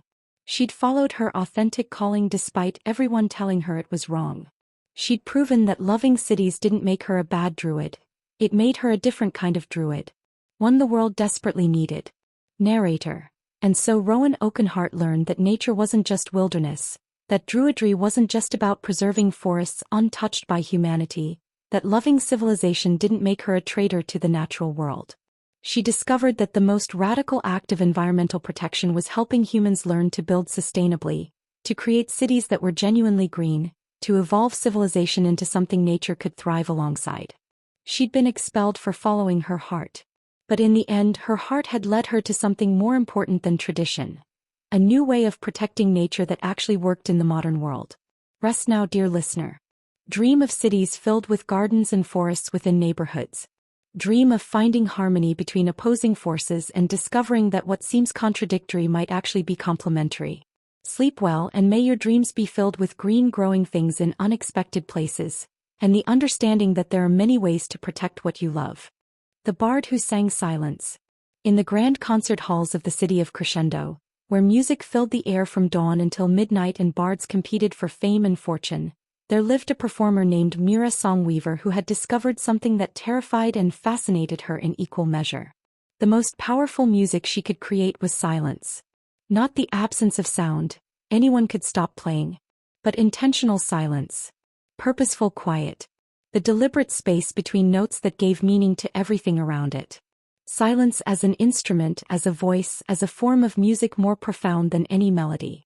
This was, in a city that celebrated constant sound, the most radical thing a bard could practice. Mira was 30 years old and had been performing since childhood. She played 7 instruments fluently, had a voice that could make audiences weep, and understood musical theory better than most conservatory professors. She'd studied under the greatest bards in the realm, learned every technique, mastered every style. But something had always felt wrong. The constant sound, the endless performance, the need to always be making noise. It exhausted her. Left her feeling hollow despite her technical skill.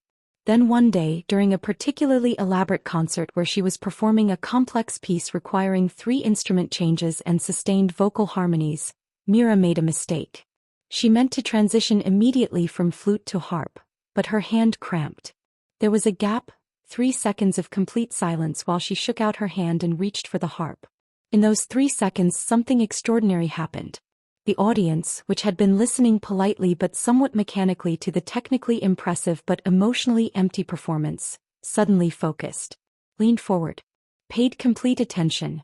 In the silence, they'd finally heard something that moved them: the vulnerability of the mistake, the humanity of the pause, the space to actually feel what the music was about. When Mira resumed playing, the audience was transformed. They weren't just listening anymore, they were experiencing. The silence had opened something in them that constant sound had kept closed. After the concert, Mira sat alone in her dressing room thinking about those 3 seconds. She'd been performing for 22 years, and in all that time, the most powerful moment had been when she stopped. What did that mean? She began experimenting. In her next concert, she deliberately incorporated pauses. Not mistakes, but intentional silence. A moment of quiet after a particularly emotional phrase. A breath of stillness before a crescendo. Space between movements where the audience could absorb what they'd heard. The reaction was immediate and polarizing. Half the audience was captivated. They found the performance more moving, more meaningful than any concert they'd attended. But the other half was uncomfortable. They'd come for constant entertainment, and the silences felt like gaps, failures, awkward pauses that should have been filled with sound. The critics were harsh. Mira Songweaver seems to have forgotten how to perform, one wrote. Long, awkward pauses mar what could have been a technically competent concert. But a few critics understood. Mira Songweaver is exploring something profound, wrote an elderly reviewer who'd attended concerts for 50 years. She's discovered that music isn't just sound. It's the relationship between sound and silence. She's learning to conduct silence as skillfully as she plays notes. Mira's fellow bards were confused and concerned. You're sabotaging yourself, her mentor said after a particularly silence-heavy performance that had divided the audience. You have incredible talent. Why waste it on these pauses? These empty spaces? Music is about sound. That's the entire point. Is it? Mira asked. Or is music about meaning? And doesn't silence give meaning to sound? That's philosophical nonsense. Audiences come to hear music, not silence.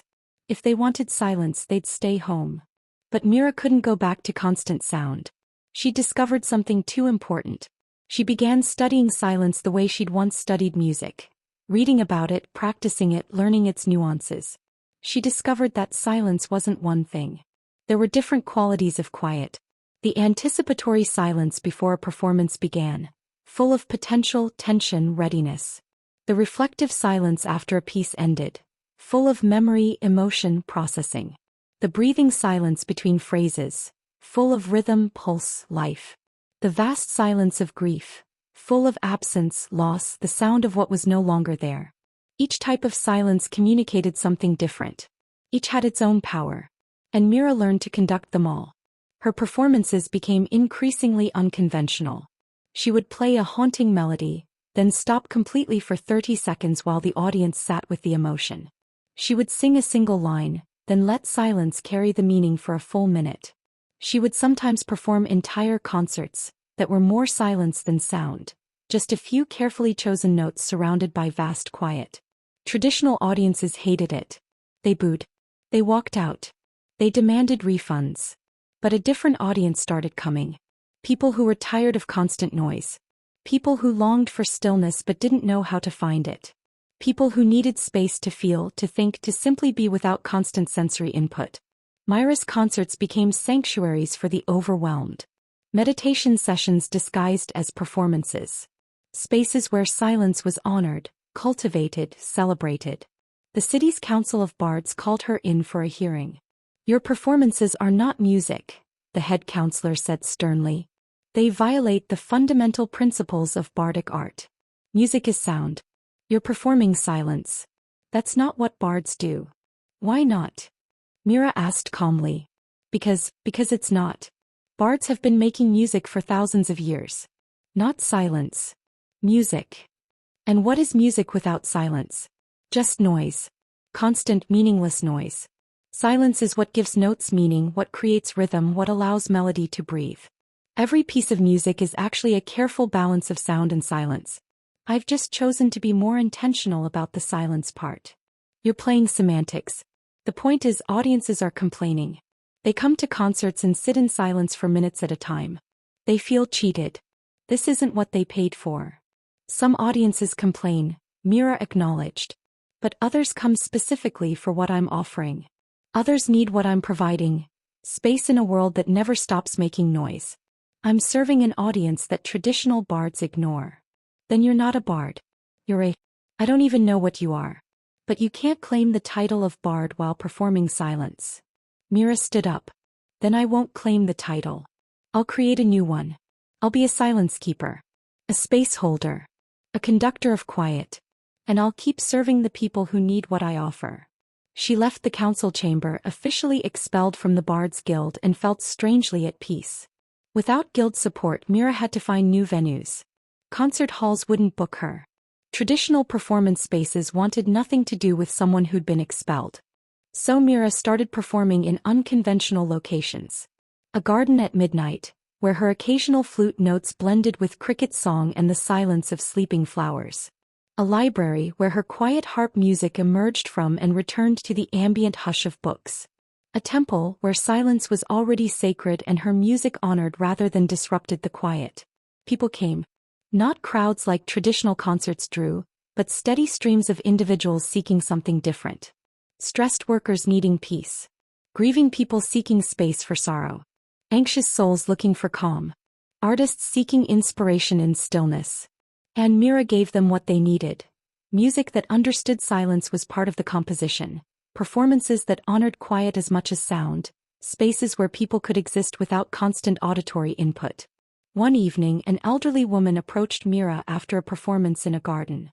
"Thank you," the woman said, tears streaming down her face. "My husband died 6 months ago. Everyone keeps telling me to move on, to fill my life with activity, to distract myself with noise. But what I needed was this: permission to sit with silence. Permission to feel the absence. Your music.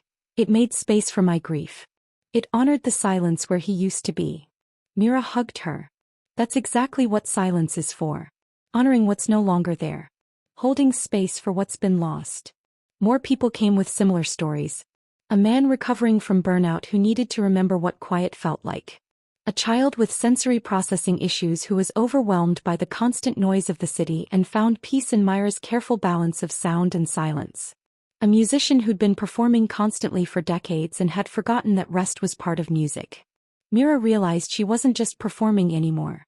She was healing.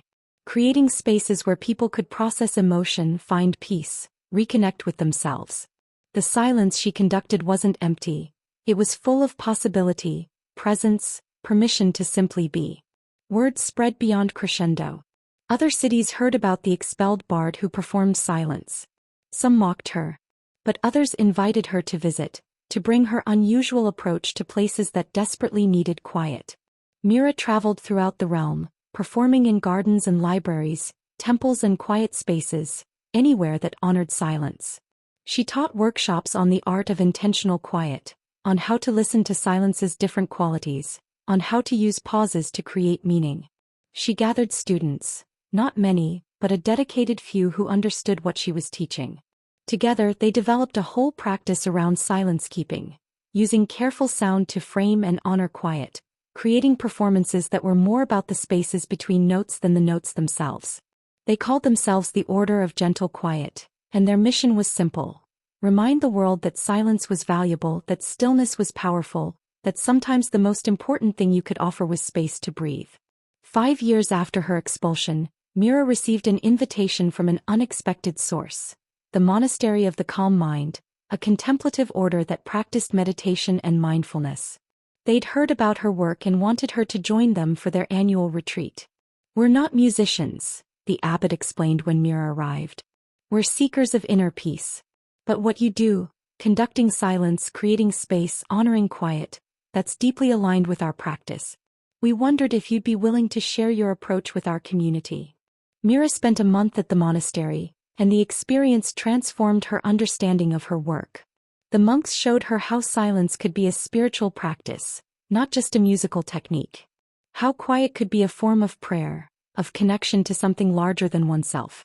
In return, Mira showed them how sound could serve silence, how carefully chosen notes could deepen meditation rather than distract from it, how music could be a doorway into stillness rather than away from it. Together they developed something unprecedented: sonic meditation. Musical performances designed not to entertain but to facilitate deep inner quiet, using sound as a guide into profound silence. When Mira returned to Crescendo, she brought this new understanding with her. Her performances evolved again, no longer concerts in the traditional sense but meditative experiences. Sonic journeys into stillness. Guided explorations of inner quiet using music as the map. The people who came to these experiences were transformed. They found peace they hadn't known they needed. They discovered that silence wasn't empty or boring or something to fear. It was rich, deep, full of possibility. One evening, a young bard approached Mira after a performance. "I've been struggling," she admitted. "I'm technically skilled but my music feels hollow. Like I'm just making noise. When I heard about you, the bard who performs silence, I thought it sounded crazy. But after experiencing this..." She gestured at the space where Mira had just performed. "This is what I've been missing. The silence. The space to actually feel something. Do you want to learn?" Mira asked. More than anything. Mira began teaching more formally, offering courses in silence keeping to musicians who felt the same hollowness she'd once felt. Who were tired of constant sound. Who suspected that something important was missing from their music but couldn't name what it was. The answer was always the same: silence. Space. The courage to stop making noise long enough to let meaning emerge. 10 years after her expulsion, something remarkable happened. The Council of Bards, which had expelled her for not being a proper bard, invited her back. Not to apologize. Not to reinstate her. But to learn. "We've been watching your work," the head counselor admitted. "We've seen how people respond to what you offer. We've noticed that traditional audiences are shrinking while yours are growing. We've observed that people are hungry for something we're not providing." She paused. "We'd like to understand what you're doing. Would you consider teaching a course at the Bardic Conservatory? On the role of silence in music." Mira smiled. "On one condition. You acknowledge that silence keeping is a legitimate form of bardic art. That I'm not less of a bard for honoring quiet. I'm just a different kind of bard." The counselor hesitated, then nodded. "Agreed." Mira returned to the institution that had expelled her, not as a student but as a master teacher. She taught young bards that music wasn't just about technical skill or constant sound. It was about meaning. And meaning required space. Silence where listeners could absorb, reflect, feel. Some students dismissed her teachings. But others, especially those who'd been struggling with the same hollowness Mira had felt, embraced the approach. They began incorporating intentional silence into their performances, using quiet as an instrument, honoring stillness as much as sound. Gradually, even traditional bardic music began to change. Performers started leaving more space between notes. Concerts included moments of reflection. Musicians remembered that rest was part of rhythm, that silence was part of melody, that the spaces between sounds were as important as the sounds themselves. When Mira was 50, she gave a performance at the grandest concert hall in Crescendo, the same hall that had once refused to book her after her expulsion. The performance was simple. A single flute melody played over the course of an hour with long stretches of silence between each phrase. The audience sat spellbound. In the quiet, they found space to feel things they'd been too busy to feel. In the stillness, they heard truths they'd been too loud to notice. In the silence Mira conducted with such care, they discovered something precious: peace. When the performance ended, with a full 5 minutes of silence that no one broke, the audience didn't applaud. They sat in the quiet Mira had created, unwilling to disturb it, honoring the silence as much as they'd honored the sound. Finally, after what felt like both an eternity and an instant, one person stood and bowed to Mira. Then another. Then the entire audience, rising in silent acknowledgement of what they'd received. Mira bowed back, tears on her face, and spoke her first words of the evening. "Thank you for listening. Not just to the sound but to the silence. for understanding that sometimes the most important music is the quiet between the notes, for honoring the spaces where meaning lives. Narrator. After a pause, and so Mira Songweaver learned that the most powerful music she could create was the music she didn't play, the intentional silence that gave meaning to sound, the purposeful quiet that created space for feeling, the conducted stillness that allowed people to hear themselves. She'd been expelled for honoring silence in a world obsessed with constant noise. But in the end, the world came to understand what she'd known all along, that silence wasn't empty. It was full. Full of possibility, presence, peace. Rest now, dear listener. Let the silence hold you.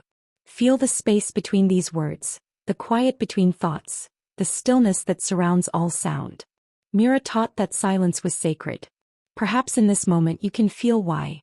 Sleep well, and may your dreams be filled with the gentle quiet that gives meaning to everything else. The ranger who befriended monsters.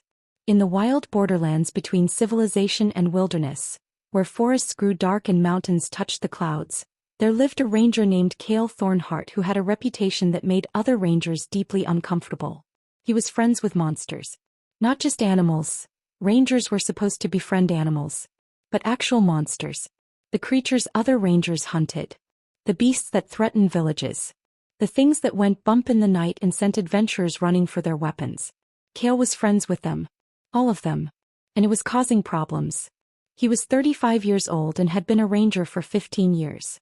He'd been trained in tracking, survival, archery and monster lore, how to identify creatures, understand their weaknesses and eliminate threats to civilization. Standard ranger training designed to protect the innocent from dangerous beasts. But Cale had never been comfortable with the eliminate threats part. Because the more he studied monsters, the more he realized they weren't evil. They were just living. Trying to survive, find food, raise their young, exist in a world that increasingly had no space for them. The turning point had come 7 years ago, when Cale was tracking an owlbear that had been raiding farms near the village of Millbrook. Owlbears were considered extremely dangerous, territorial, aggressive, powerful enough to kill armed warriors. The village had hired Cale to kill it. He'd tracked it for 3 days, finally finding it in a cave in the hills. He'd readied his bow, prepared to take the shot that would end the threat. Then he'd seen the cubs. 2 of them, barely a month old, playing outside the cave entrance while their mother foraged nearby. And suddenly, Cale understood why the owlbear was raiding farms. Her usual hunting grounds had been cleared for agriculture. She was starving, desperate, trying to feed her babies. She wasn't evil. She was a mother. Cale lowered his bow.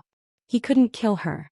Not when the real problem wasn't the owlbear, but the fact that human expansion had destroyed her food sources. Instead, he did something unprecedented. He approached the owlbear slowly, hands visible, showing no threat. The mother positioned herself between him and her cubs, ready to attack if needed. But Cale sat down at a respectful distance and simply waited. For 3 hours he sat there. Not moving. Not threatening. Just present. Eventually, the owlbear's defensive posture relaxed slightly.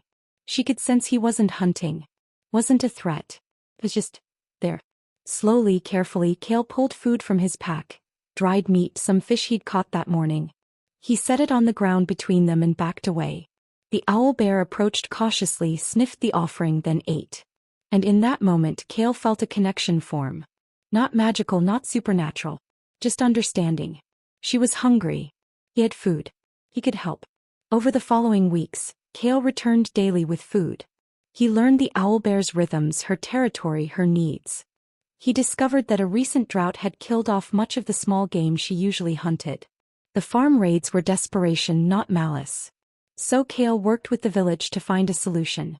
He helped them build better fencing to protect livestock. He identified areas of forest that could be left uncultivated, preserving owlbear habitat. He taught the villagers which animals were owlbear prey and helped them establish those populations in buffer zones between farms and wild areas. It took 3 months, but eventually the owlbear stopped raiding. She had enough food in her restored territory. The village was safe. And no one had died. The village praised Cale for solving the owlbear problem. But his fellow rangers were horrified. "You befriended it," one said, disgusted. "You're supposed to kill monsters, not make peace with them." "Why?" Cale asked. "She wasn't evil." He was starving. I solved the problem without killing. Isn't that better? No. Because now there's an owlbear living near a village. It's still a threat. You should have eliminated it. She's only a threat if we give her no choice but to be one.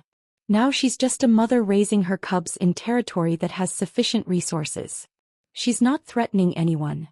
But the other rangers couldn't accept this approach. To them, monsters were monsters, dangerous by nature to be hunted and eliminated. Befriending them was betrayal of a ranger's duty. Kale didn't care. He'd found a better way and he was going to keep using it. Over the following years he applied the same approach to every monster problem he encountered. A pack of wolves threatening a town's sheep? He worked with the shepherds to improve protection and helped the wolves find alternative prey. A troll living under a bridge and demanding tolls? He talked to the troll, learned it was lonely and wanted conversation more than money, and helped it find companionship with other trolls in a nearby mountain range. A dragon burning forests? He discovered the dragon was in pain from an old wound and helped heal it, after which the dragon stopped its destructive behavior. Monster after monster, Kale found that the real problem was never the creature itself. It was always something else. Lost habitat, injury, loneliness, fear, desperation. Solve the underlying problem and the monster stopped being a threat. And in the process of solving these problems, Kale made friends. Real friends. The owlbear brought her cubs to visit him. The wolf pack protected him when he traveled through their territory. The troll saved him from bandits once. The dragon gave him a scale as thanks for the healing. Kale's home became unlike any ranger's lodge in history. Animals and monsters visited freely. His neighbors included wolves, owlbears, even a young basilisk that Kale had rescued from hunters. They all coexisted peacefully because Kale had taught them something revolutionary. Humans didn't have to be enemies. They could be friends. But the Rangers Guild was not pleased. When Kale was 35, he was summoned to the guild's headquarters for a formal hearing. Ranger Thornheart, the guildmaster said severely, you have violated every principle of ranger conduct. You befriend monsters instead of hunting them. You protect creatures that threaten civilization. You've made yourself into some kind of monster advocate. This cannot continue. Why not? Kale asked calmly. I've solved every problem I've been hired for. No villages I've helped have suffered monster attacks afterward. My success rate is higher than any ranger in the guild. Success rate isn't the point. Your methods are wrong. Rangers hunt monsters. We protect civilization from the wild. You've inverted that. You protect the wild from civilization. Maybe that's what's actually needed. Civilization keeps expanding. We keep taking habitat from creatures that have lived here for thousands of years. Then we're surprised when they fight back? We call them monsters for trying to survive? Maybe the real problem is us, not them. The guildmaster's face reddened. That's heresy. Humans have the right to expand, to build, to tame the wilderness. Monsters that threaten that expansion must be eliminated. That's what we do. But it doesn't have to be. We can coexist. We can find ways for humans and monsters to share space. We just have to try. No, we don't have to try. We have to protect human interests. That's our purpose. The guildmaster stood. Kale Thornheart, you are expelled from the Rangers Guild, effective immediately. You've betrayed everything we stand for. Kale stood as well. Then I'll keep doing it without guild support. Because the monsters need someone to speak for them. Someone to advocate for coexistence instead of extermination. If the guild won't be that, I will. He left the headquarters and never looked back. Without guild support, Kale's work became harder.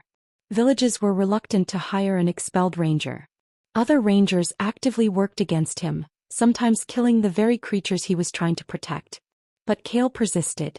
He took jobs from people desperate enough to try his unconventional methods. He worked for free when needed. He built a reputation among the creatures themselves. Animals and monsters learned that the human with the kind eyes could be trusted, could help, could bridge the gap between their world and human civilization. One winter, a crisis emerged that would test everything Kale believed. A pride of manticores, deadly creatures with human faces, lion bodies and scorpion tails, had moved into mountains near the city of Highvale. The manticores were attacking travelers, killing livestock and spreading terror. The city had hired a company of adventurers to hunt them down and eliminate them. But the adventurers were struggling. Manticores were intelligent, organized, and lethal. The hunting party had already lost 3 members. In desperation, someone suggested hiring Kale, the ranger who befriended monsters. The adventuring company was skeptical. "He'll probably try to negotiate with them," the leader scoffed. "Manticores are pure evil. They hunt humans for sport. There's no reasoning with them." "Let me try," Kale said. "Give me 3 days. If I can't resolve this peacefully, I'll step aside and let you hunt." Reluctantly they agreed. Kale traveled alone into the mountains, tracking the manticores to their lair. It was dangerous. Manticores were indeed deadly, and they did hunt humans. But Kale had learned that deadly didn't mean evil. There was always a reason. He found the pride in a cave system, 7 adults and 11 cubs. He approached carefully, visibly, hands open and empty.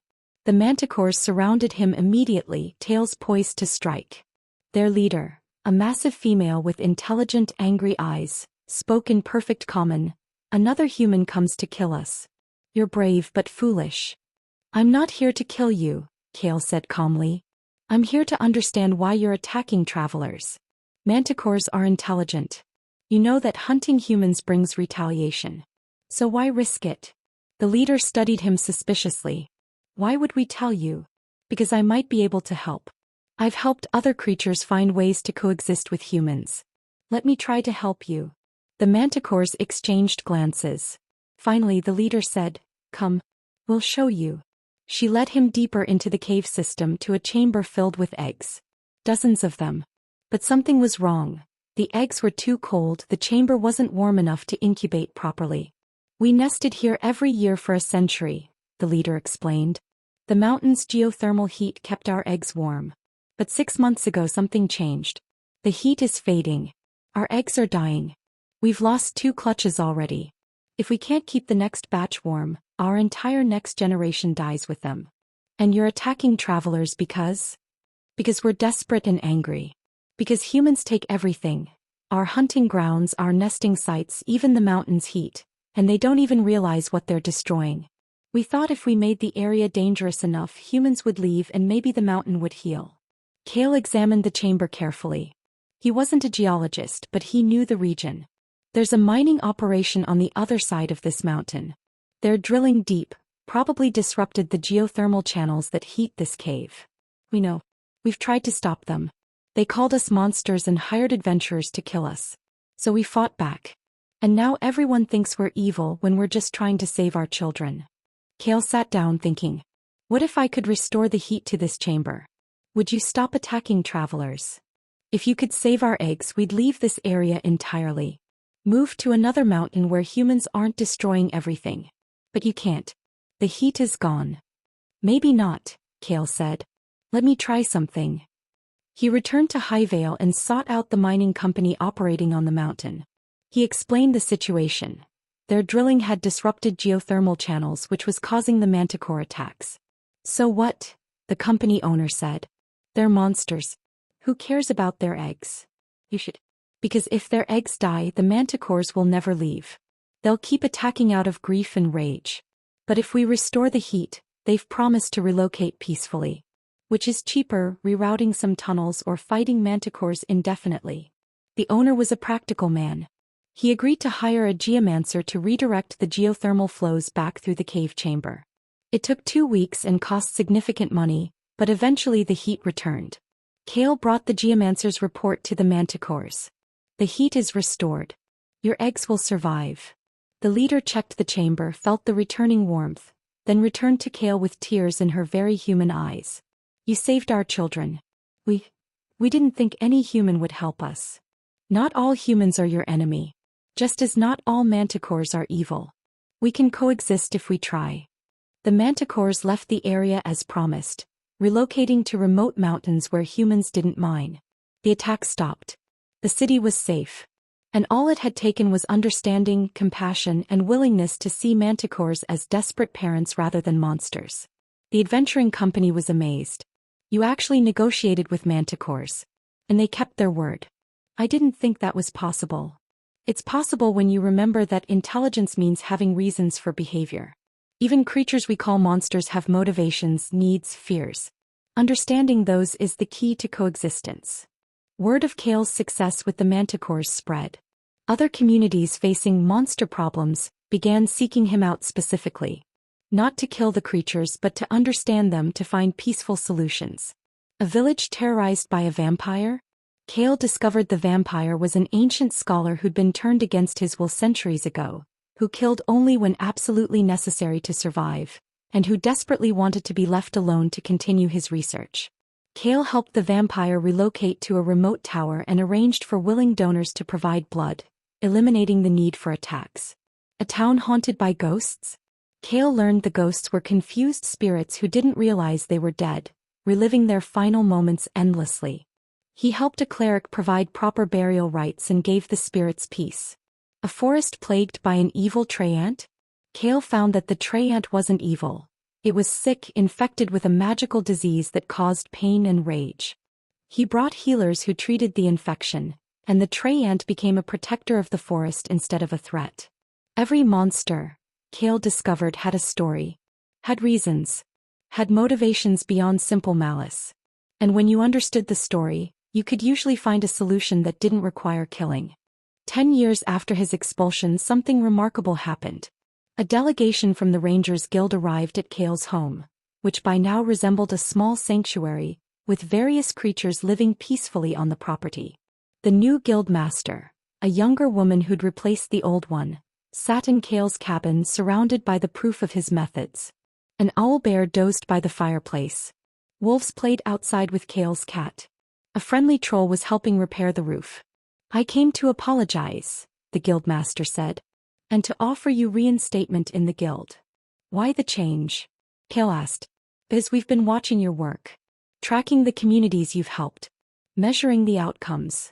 He pulled out a report. "Villages you've consulted for have 0 recurring monster problems. 0. Villages where we use traditional hunting methods have constant issues. Kill one monster, another moves in, the cycle continues forever. But your approach actually solves problems permanently." She set down the report. "We've also been watching the frontier. Civilization keeps expanding, which means human-monster conflicts keep increasing. At our current rate of hunting every creature that threatens expansion, we'll drive dozens of species to extinction within a generation. And that will destabilize entire ecosystems in ways we can't predict. So you're accepting my methods? We're acknowledging that your methods work better than ours. We're creating a new ranger specialization, monster mediation. Teaching rangers your approach. Helping them understand creatures instead of just hunting them. And we want you to lead the program." Kale smiled. "On one condition, stop calling them monsters. They're creatures. Beings. Individuals with their own needs and motivations. The word monster makes them sound evil by nature. They're not. They're just different from us." "Agreed. Creature mediation then." Kale returned to the Rangers Guild, not as a disgraced outcast, but as head of an entirely new program. He taught young rangers that the goal wasn't to hunt, but to understand. That every creature had a story. That coexistence was almost always possible if you were willing to listen, to learn, to see the world from a non-human perspective. His students learned to talk to creatures, to identify underlying problems, to design solutions that benefited both humans and non-humans. They became bridges between civilization and wilderness, advocates for coexistence in a world that had forgotten it was possible. The program was so successful that other kingdoms adopted similar approaches. Monster hunting gradually transformed into creature mediation. And slowly, the relationship between humans and the other intelligent beings sharing the world began to shift from adversarial to collaborative.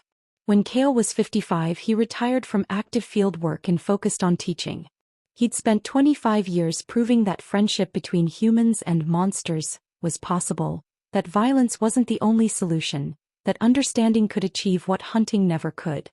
His final lecture to graduating rangers was simple. Every creature you encounter has a reason for being where it is, for doing what it's doing. Your job isn't to judge whether that reason is valid by human standards. Your job is to understand it and then find a way for that creature's needs and human needs to coexist. Sometimes that's easy. Sometimes it's complex. But it's always possible if you start from a place of compassion instead of fear. He gestured around the classroom where several of his creature friends had gathered to observe. They often attended his lectures. These are my teachers. The owlbear who taught me about maternal desperation. The manticores who taught me about environmental destruction. The vampire who taught me about loneliness. Every creature I've befriended has taught me something about empathy, understanding, and the possibility of peace. Let them teach you too. Narrator. And so Cale Thornhart learned that the creatures others called monsters were simply beings trying to survive in a world that had no space for them. He discovered that violence was never the only solution, that understanding could bridge seemingly impossible divides, that friendship could grow between species that were supposed to be eternal enemies. He'd been expelled for refusing to hunt. But in the end, his refusal to kill had saved more lives, both human and creature, than hunting ever could have. Rest now, dear listener. Dream of rangers who befriend rather than hunt, and creatures who are more than the labels we give them. Dream of finding understanding where others see only threat and building bridges where others build walls. Sleep well, and may your dreams be filled with unlikely friendships and the knowledge that coexistence is always possible when we choose compassion over fear. The cleric who questioned her god. In the grand temple of the dawn, where morning light streamed through stained glass windows and the faithful gathered to worship the god of light and truth, there lived a cleric named Sister Amara Brightshield who had committed the most dangerous act a servant of the divine could commit. She had begun to question her god. Not his existence, she felt divine power flowing through her prayers every day. Not his general benevolence, she'd witnessed his healing grace save countless lives. But his specific commands. His rigid doctrines. His unwillingness to acknowledge doubt or complexity. She questioned whether a God of truth should demand absolute, unquestioning faith. This was heresy. And Amara knew it. She was 32 years old and had served the God of light, whom they called the Radiant One, since age 15. She'd been devout, dedicated, certain of her path.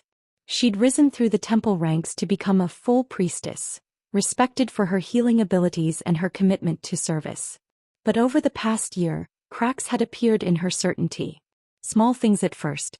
Questions she couldn't quiet. The temple taught that the Radiant One's light drove away all darkness, that his truth was absolute, that doubt was the whisper of evil trying to lead the faithful astray. But Amara had begun to wonder, was darkness truly evil or just the absence of light? Was absolute truth really truth or just dogma? And was doubt really evil or was it just honest questioning? The crisis came on a quiet spring morning when a young woman named Elena came to the temple, desperate and weeping. "Please," Elena begged. "My daughter is sick. The healers say she has maybe days left. I need a miracle. I need the Radiant One to save her." Amara led Elena to the temple's healing chamber and prayed. She channeled divine energy, called upon the Radiant One's power, did everything her training had taught her. She felt the familiar warmth of divine grace flowing through her hands into the sick child. But nothing changed. The child remained fevered, weakening, dying. "Why isn't it working?" Elena sobbed. "Why won't the Radiant One help her? She's just a child. She's innocent." Amara prayed harder, poured more energy into the healing. Still nothing. The divine power was there, she could feel it, but it wasn't healing the child. Finally, exhausted, Amara had to stop. "I'm sorry. I don't understand why the healing isn't working.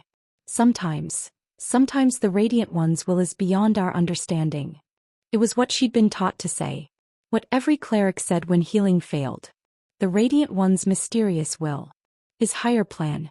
Reasons beyond mortal comprehension. But watching Elena cradle her dying daughter, Amara felt the words ring hollow. This wasn't mysterious divine wisdom. This was a child dying while a god with the power to save her chose not to. But Amara went to the high priest, a stern man named Bartholomew who'd led the temple for 30 years, and asked the question that had been building in her heart. Why does the Radiant One sometimes refuse to heal the innocent?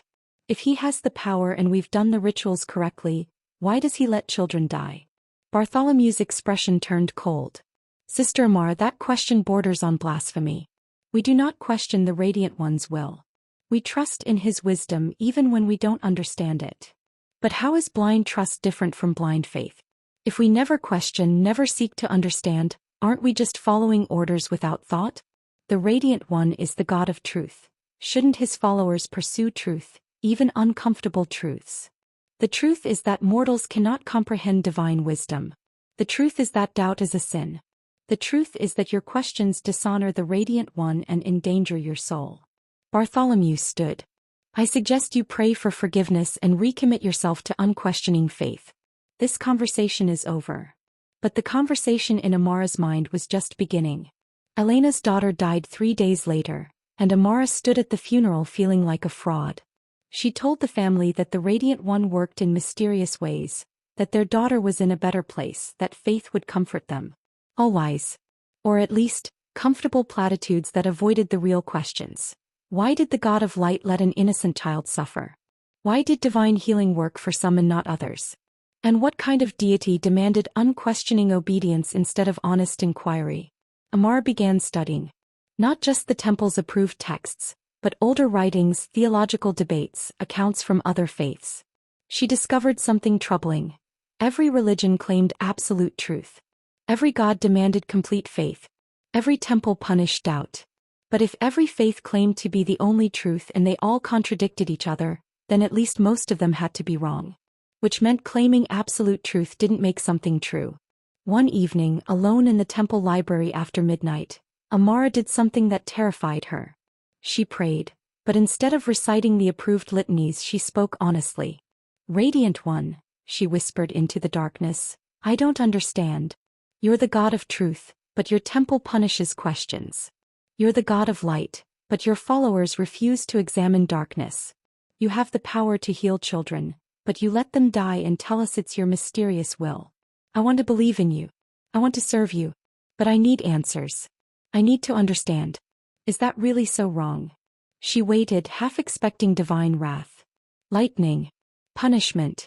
The loss of her divine powers as the Radiant One rejected her for her doubt. Said something else happened. She felt a warmth. Different from the usual channeled divine energy. Softer. More personal. And with it came not words but understanding. A sense that her questions were heard. That doubt wasn't betrayal. That honest inquiry was more sacred than blind obedience. But this couldn't be from the Radiant One. The temple taught that he rejected doubt. So where was this feeling coming from? Over the following weeks, Amara continued her honest prayers, her questions, her refusal to simply accept doctrine without understanding. And each time she felt that same gentle warmth. That same sense of being heard, accepted, encouraged to keep seeking. Her divine powers didn't diminish. If anything, they grew stronger. She healed more effectively. Her prayers felt more genuine. Her connection to the divine deepened. But her relationship with the temple deteriorated. Bartholomew noticed her questioning during theological discussions. Heard her suggesting that maybe darkness wasn't purely evil, maybe other faiths had valid insights, maybe the Radiant One valued honest doubt over false certainty. Sister Amara, he said after one particularly challenging discussion, you're spreading dangerous ideas. Several young clerics have come to me questioning their faith because of things you've said. This cannot continue. I'm not trying to destroy faith. I'm trying to deepen it. Faith that can't withstand questions isn't real faith. It's just fear dressed up as devotion. That's heresy. The Radiant One demands absolute faith. Doubt is sin. I'm giving you a choice. Recant your questions, embrace proper doctrine and continue serving the temple. Or maintain your dangerous ideas and face expulsion. Amara thought about lying. About pretending to accept the doctrine while privately maintaining her questions. But the Radiant One was the God of truth. How could she honor truth through deception? I can't stop questioning, she said quietly. Honest inquiry is how we find truth. If the Radiant One is truth itself, he can withstand my questions. If the doctrine is sound, it can survive examination. I won't pretend certainty I don't feel. Then you leave me no choice. Sister Amara Brightshield, you are expelled from the Temple of the Dawn. Your clerical rank is revoked. You are no longer recognized as a servant of the Radiant One. Amara nodded, accepting the judgment even as it broke her heart. She gathered her few possessions and left the temple that had been her home for 17 years. She expected to lose her divine powers. An expelled cleric shouldn't be able to channel divine energy. But when she tried, tentatively in the privacy of a rented room, the power was still there. If anything, it flowed more easily than before. What did that mean? Amara spent the following months in quiet contemplation, praying honestly, asking questions without fear of punishment, and discovering something remarkable. The divine presence she felt was still there. Still responsive. Still granting her power to heal. But it felt different now. Less like following commands from an all-powerful authority, and more like a conversation with a compassionate presence that valued her questions, her growth, her honest seeking. She began offering healing services independently, helping those who came to her, charging only what people could afford. And she prayed with them differently than the temple had taught, not reciting rigid liturgies, but speaking honestly about doubt and hope, struggle and grace, questions and faith. People responded. Those who'd felt judged by the temple, who'd been told their doubts made them unworthy, who'd struggled with the demand for absolute certainty, they came to Amara. And she offered them something the temple never had. Permission to question while still believing, to doubt while still having faith, to seek truth even when it led to uncomfortable places. One day, a young cleric from the temple approached her secretly. "Sister Amara, just Amara. I heard what happened to you. I have questions too. Doubts. But I'm terrified to voice them because I'll be expelled like you were." "Then maybe expulsion isn't the worst thing," Amara said gently. "Maybe honest doubt outside the temple is better than false certainty within it. But you lost everything. Your position, your home, your community." "I lost those things, yes. But I found something more important. Authentic connection with the divine. The radiant one I pray to now isn't the rigid, punishing God the temple taught me about. She paused, searching for words. "He's bigger than that. More compassionate. More interested in my honest seeking than my obedient silence. You still have your powers. Everyone knows that. How is that possible if you've been rejected by the Radiant One?" "Maybe I haven't been rejected. Maybe the temple's understanding of the Radiant One is limited. Maybe he values questions more than they think." More young clerics came to her, secretly at first, then more openly. They'd been taught that doubt was sin, but they couldn't stop their questions. Amara gave them space to explore those questions without judgment, to seek truth without fear. She began holding informal gatherings, not religious services exactly, but communal explorations of faith and doubt. They'd discuss difficult questions. Why does suffering exist? If the gods are good, why is there evil? Can you have faith while acknowledging uncertainty? The temple condemned these gatherings as heretical. But people kept coming. Not just failed clerics, but ordinary people who'd been told their questions made them bad believers, who'd been shamed for their doubts, who needed to know that seeking understanding wasn't betrayal of faith. 5 years after her expulsion, Amara had built something unprecedented, a community of faithful doubters. People who believed in the divine but refused to stop asking questions. Who honored truth by pursuing it honestly, even when honesty meant admitting uncertainty. Then Bartholomew summoned her. Not to the temple, he wouldn't let her enter, but to a neutral meeting place. The high priest looked older, more worn than she remembered. "Your gatherings are causing problems," he said without preamble. "Young clerics are leaving the temple to join you. Donations are down because people are finding what you offer more meaningful than our services. The temple is struggling." "I'm sorry to hear that.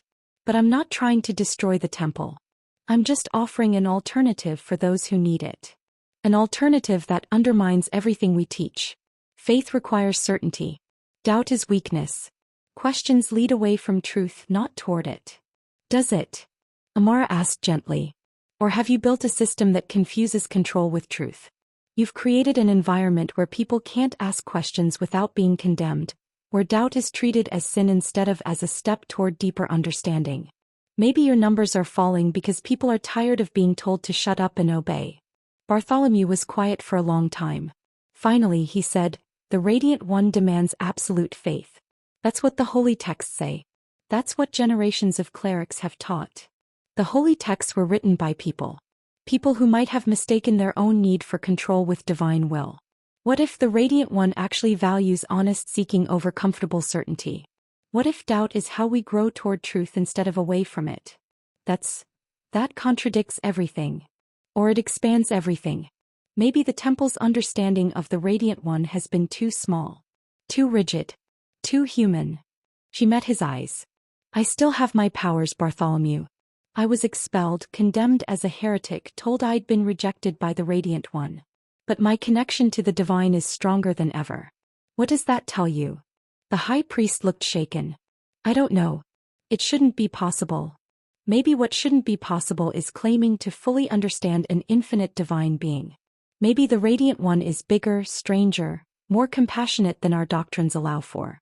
Maybe he honors honest doubt more than false certainty. Bartholomew left without responding. But 2 weeks later he returned. "I've been praying," he said quietly. "Honestly, the way you described.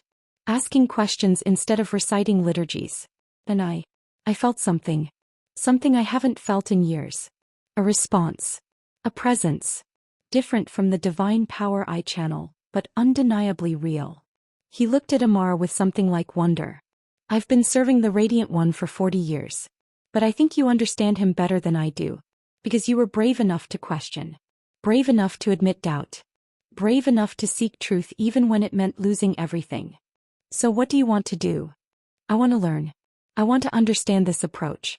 I want to..." He hesitated. "I want to reform the temple. Make it a place where questions are welcomed, where doubt is seen as part of faith's journey, where people can seek truth honestly. That won't be easy. The temple's structure is built on absolute certainty." "I know. But we're losing people. And more importantly, we're losing truth. A God of light shouldn't require his followers to stay in the darkness of unexamined belief." Over the following years, Bartholomew worked to slowly transform the temple. He invited Amara to teach seminars on faithful doubt. He revised doctrines to acknowledge that questioning was part of seeking truth. He created spaces for honest theological discussion instead of just recitation of approved dogma. Not everyone in the temple approved. Some clerics left, unwilling to accept that doubt could coexist with faith. But others, especially younger clerics who'd been struggling with questions they couldn't voice, flourished in the new environment. And the temple's power didn't diminish. If anything, the divine presence became stronger as clerics learned to pray honestly instead of reciting empty formulas, to seek truth instead of performing obedience, to embrace questions as sacred rather than sinful. When Amara was 50, the temple held a ceremony officially acknowledging what had become obvious to everyone. Her expulsion had been wrong. She was reinstated not just as a cleric, but as a high priestess, given authority to continue teaching her approach. At the ceremony, she gave a simple speech. "I spent 17 years in this temple believing that doubt was my enemy, that questions were dangerous, that certainty was the same as faith. I was wrong. Doubt isn't the opposite of faith. False certainty is. Questions aren't dangerous to truth, they're how we find it. And the divine doesn't need our unquestioning obedience. The divine invites our honest seeking." She held up the holy symbol of the Radiant One, a sunburst representing light and truth. "This symbol means we serve truth. Not comfortable lies. Not convenient doctrines. Truth. And truth can only be found by those brave enough to question, to doubt, to seek honestly even when the answers are uncomfortable. The Radiant One is big enough to handle our questions. Strong enough to withstand our doubts. Compassionate enough to meet us in our uncertainty. All we have to do is be honest. Be brave. Be willing to seek truth wherever it leads." Years later, other temples, not just of the Radiant One but of other gods, began adopting similar approaches. The rigid demand for absolute certainty gradually gave way to acceptance that faith was a journey, that doubt was part of growth, that questions were sacred. And Amara, who'd been expelled for questioning, became known as one of the most faithful servants of truth in her generation, not despite her doubts but because of them. Because she'd been brave enough to admit uncertainty, honest enough to keep seeking, faithful enough to believe that truth could withstand examination. Narrator. And so Amara Brightshield learned that the most faithful act she could perform was to question honestly, to doubt courageously, to seek truth without demanding certainty.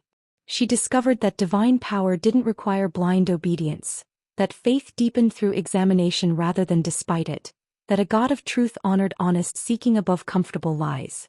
She'd been expelled for her questions. But in the end, her questions led her, and eventually her entire faith, to deeper truth than unexamined certainty ever could have reached. Rest now, dear listener. Dream of gods who welcome questions and faith that grows through doubt. Dream of the courage to seek truth even when it means admitting uncertainty, and the wisdom to know that honest questions honor the divine more than false answers ever could. Sleep well, and may your dreams be filled with the gentle understanding that not knowing is sometimes the beginning of true wisdom. The hero who came home. In the kingdom of Valorhaven, where legends were told in every tavern and heroes' statues lined the Grand Plaza, there lived a warrior named Gareth Ironheart who had done everything a hero was supposed to do. He had slain the dragon that terrorized the northern villages. He had recovered the ancient crown from the depths of the sunken city. He had defeated the necromancer's army in the Battle of Shadow's End. He had saved the kingdom not once, not twice, but 7 times over the course of 15 years of adventuring. He was the most celebrated hero in 100 years. Songs were sung about him. Children played at being Gareth Ironheart. The king himself had declared him champion of the realm. And Gareth was exhausted. Hollow. Desperately, achingly tired in a way that had nothing to do with his body and everything to do with his soul. He was 40 years old, had been adventuring since he was 25, and he couldn't remember the last time he'd done something that wasn't fighting or questing or saving or proving. Couldn't remember the last time he'd simply existed without the weight of the world's expectations pressing down on him. Everyone saw Gareth Ironheart, the legendary hero. No one saw Gareth, the man who just wanted to rest. The breaking point came after his 7th great victory, defeating an ancient evil that had risen from the depths of the earth to consume the kingdom. The battle had been brutal. Gareth had lost 3 companions, nearly died himself, and only succeeded through a combination of skill, luck, and sheer stubborn refusal to let the darkness win. The kingdom celebrated for a week. There was a parade in his honor. The king gave him a manor and a title. Bards composed new songs about his heroism. Everyone called him the greatest hero of the age. And through it all, Gareth felt nothing. Not pride. Not joy. Just a vast, empty weariness. At the final celebration, surrounded by admirers and well-wishers, Gareth stood up and did something that shocked everyone. He announced he was retiring. "I've fought my last battle," he said quietly. "I've saved my last kingdom. I'm going home." The crowd fell silent. Then someone laughed nervously. "You're joking. Gareth Ironheart doesn't retire. You're the greatest hero alive. The kingdom needs you." "The kingdom has needed me for 15 years. Gareth replied. "I've given everything I have. Now I need to take care of myself. I'm done." The king himself tried to convince him to stay. "But Gareth, you're a hero. This is who you are. What will you do if you're not saving the kingdom?" "I don't know," Gareth admitted. "But I need to find out. Because right now I don't know who I am beyond the hero. And I think I've forgotten how to be anything else." Despite the protests, despite the pleas, despite everyone telling him he was making a mistake, Gareth left. He took off his legendary armor, packed his sword, Lightbringer, the blade that had slain dragons and demons, into a simple trunk and traveled back to the small village where he'd been born. Millbrook hadn't changed much in 15 years. The same mill still turned beside the same stream. The same families still tended the same farms. The same old oak tree still stood in the village square. Gareth's parents had passed away years ago, but their small cottage still stood at the edge of the village. It had been maintained by neighbors waiting for him to return. He moved in quietly, trying to avoid attention, hoping to simply exist for a while. To remember what it felt like to be Gareth instead of Gareth Ironheart, hero of the realm. But of course word spread. Gareth Ironheart had returned to his home village. People came to see him, to ask for autographs, to request help with local problems. Could he deal with the wolves near the sheep pastures? Could he investigate strange sounds in the old mine? Could he teach the young people to be heroes like him? "No," Gareth said to each request as politely as he could. "I'm retired. I'm not a hero anymore. I'm just Gareth. Please let me be just Gareth." The villagers were confused. Some were disappointed. A few were angry. How dare the great hero refuse to help with simple problems? If he could slay dragons, surely he could deal with some wolves. But Gareth held firm. He needed space. Time. Permission to be ordinary after 15 years of being extraordinary. He fell into a simple routine. He woke with the sun. He tended the small garden his mother had once kept. He repaired the cottage which had fallen into minor disrepair. He walked to the village market and bought simple food. He sat on his porch in the evenings and watched the sunset. At first, the quiet felt strange. Wrong even. He kept expecting danger, kept reaching for a sword that wasn't there, kept looking over his shoulder for the next threat. But gradually the tension began to ease. His shoulders, which had been tight for years, started to relax. His sleep, which had been plagued by nightmares of battles, became deeper, more peaceful. His mind, which had been constantly planning strategies and calculating risks, began to simply rest. He was healing. But it was a slow, patient process. 3 months after returning home, Gareth was working in his garden when a child approached. A girl of about 10 with curious eyes and a homemade wooden sword. "Are you really Gareth Ironheart?" she asked.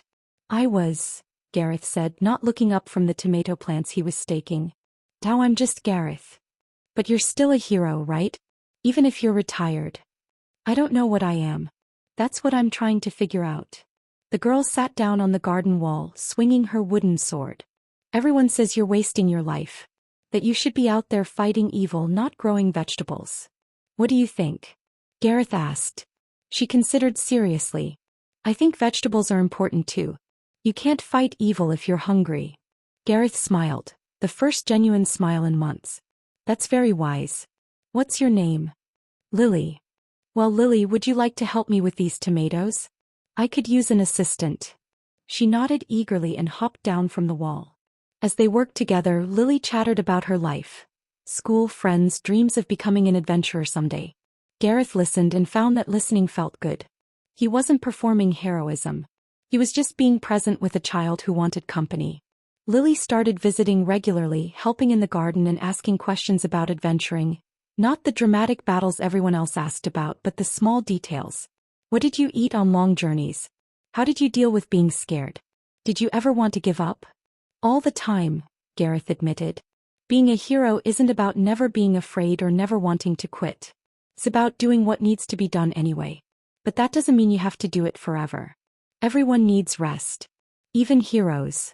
Other children started joining them. Then some adults, curious about the garden Gareth was growing. He taught them techniques he'd learned traveling the realm. Companion planting, composting, water conservation. Simple, practical knowledge that had nothing to do with heroism but everything to do with helping people live better. One day, old Tom the blacksmith approached him. "Gareth, I have a problem. But it's not a hero problem, just a regular problem. My forge is old and inefficient. I've heard you worked with blacksmiths across the realm. Could you help me improve it? I can pay you for your time." Gareth almost said no. Almost retreated into his retirement, his refusal to help. But he paused. This wasn't someone asking him to be Gareth Ironheart, legendary hero. This was someone asking Gareth, person with useful knowledge, for practical help. "I'll help," Gareth said. "And you don't need to pay me. Consider it a neighbor helping a neighbor." They spent 3 days redesigning Tom's forge, improving airflow and heat retention. It wasn't dramatic. No one would sing songs about it. But Tom's work became easier, more efficient. And Gareth felt something he hadn't felt in years. Useful without being heroic. Helpful without having to save the world. More requests came. Not for heroism but for practical help. Could he help design better irrigation for the farms? He'd learned about water systems in the desert kingdoms. Could he teach the village defenders better training techniques? Not to prepare for world-ending threats, but just to be reasonably competent. Could he advise on a border dispute with the neighboring village? He'd mediated conflicts between kingdoms. Village disputes were similar but smaller scale. Gareth helped with all of it. And slowly he realized he was still being heroic. Just differently. He was using his knowledge, his skills, his experience, not to slay dragons or defeat dark lords, but to make his community healthier, safer, more prosperous.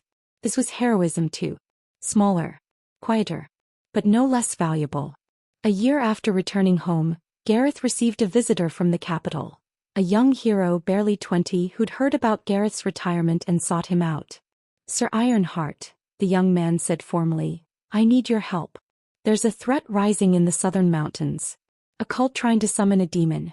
The king sent me to ask you to come out of retirement. The kingdom needs you." Gareth studied the young hero. He saw himself 15 years ago. Eager, certain, ready to prove himself. "The kingdom doesn't need me. The kingdom needs heroes. You're a hero. You can handle it. But I've never faced anything like this before. I don't know if I'm ready." I wasn't ready for most of the things I faced either. Readiness is overrated. What matters is that you try, that you do your best, that you're willing to face challenges even when you're not certain of success. But if you came with me, I won't. Not because I don't care about the kingdom, but because I've learned something important. There will always be another threat. Always another crisis.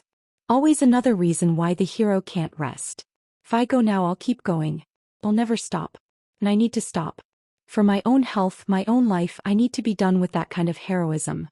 Gareth put a hand on the young man's shoulder. But I can help you prepare. I can share what I've learned. I can give you advice, equipment, strategies. I can support you without doing it for you. Would that be enough? The young hero nodded slowly. Yes. Yes, I think it would. They spent 3 days together. Gareth shared 15 years of hard-won knowledge.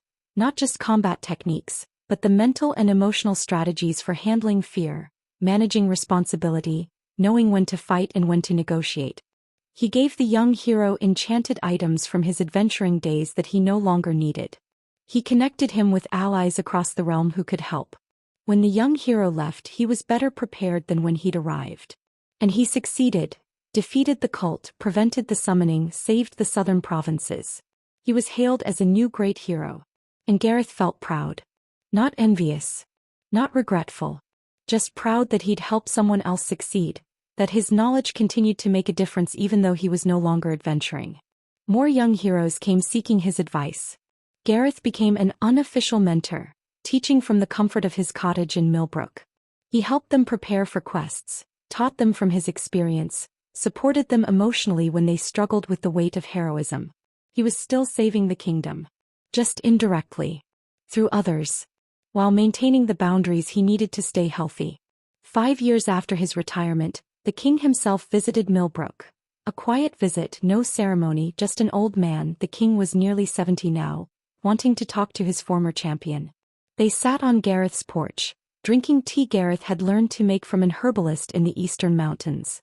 I was angry when you retired, the king admitted. I thought you were abandoning your duty, that you were being selfish. I understand. I thought that too for a while. But I've watched what you've done here. The young heroes you've trained. The community you've built. The way you've found to keep serving without destroying yourself. The king sipped his tea. I was wrong. You didn't abandon your duty. You just found a sustainable way to fulfill it. I couldn't keep doing what I was doing, Gareth said quietly. Another year of constant adventuring and I would have broken completely. I'd lost myself in being Gareth Ironheart. I needed to find Gareth again. Did you? Yes. He was here all along in this village, in this garden, in these simple routines.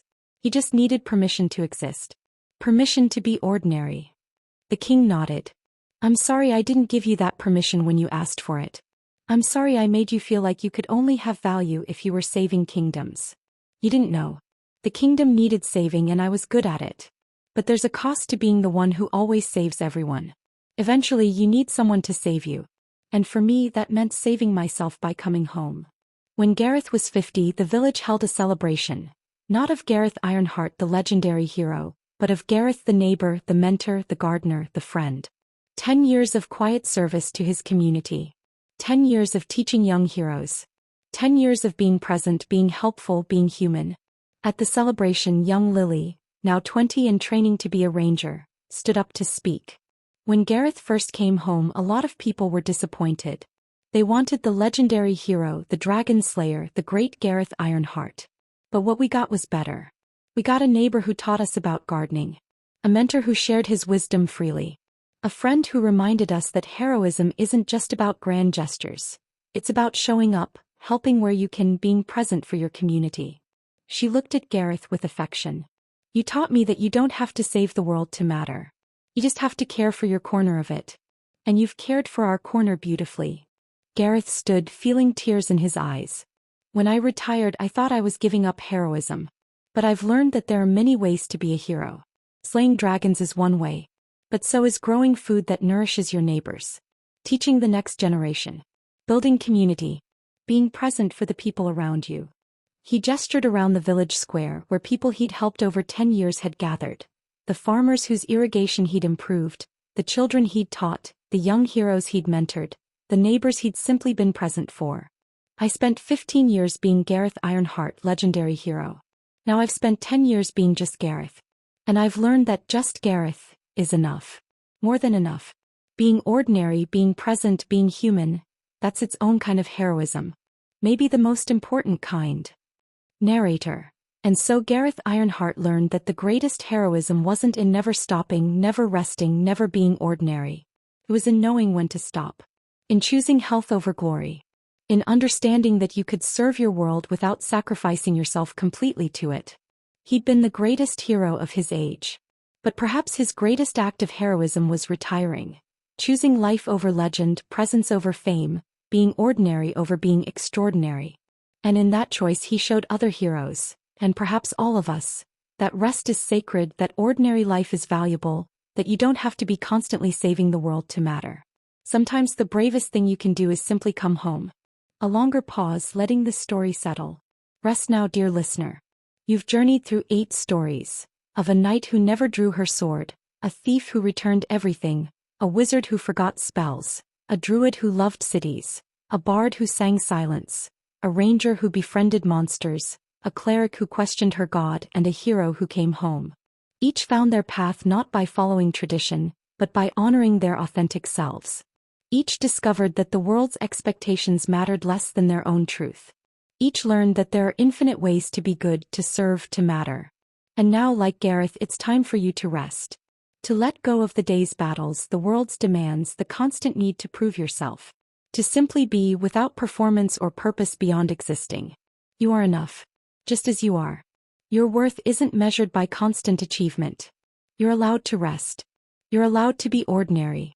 You're allowed to come home to yourself and simply breathe. Sleep well, dear traveler. Your adventures can wait. Tonight you need only this. Peace, rest, and the quiet understanding that you've done enough for today. Tomorrow brings new possibilities. But tonight belongs to rest.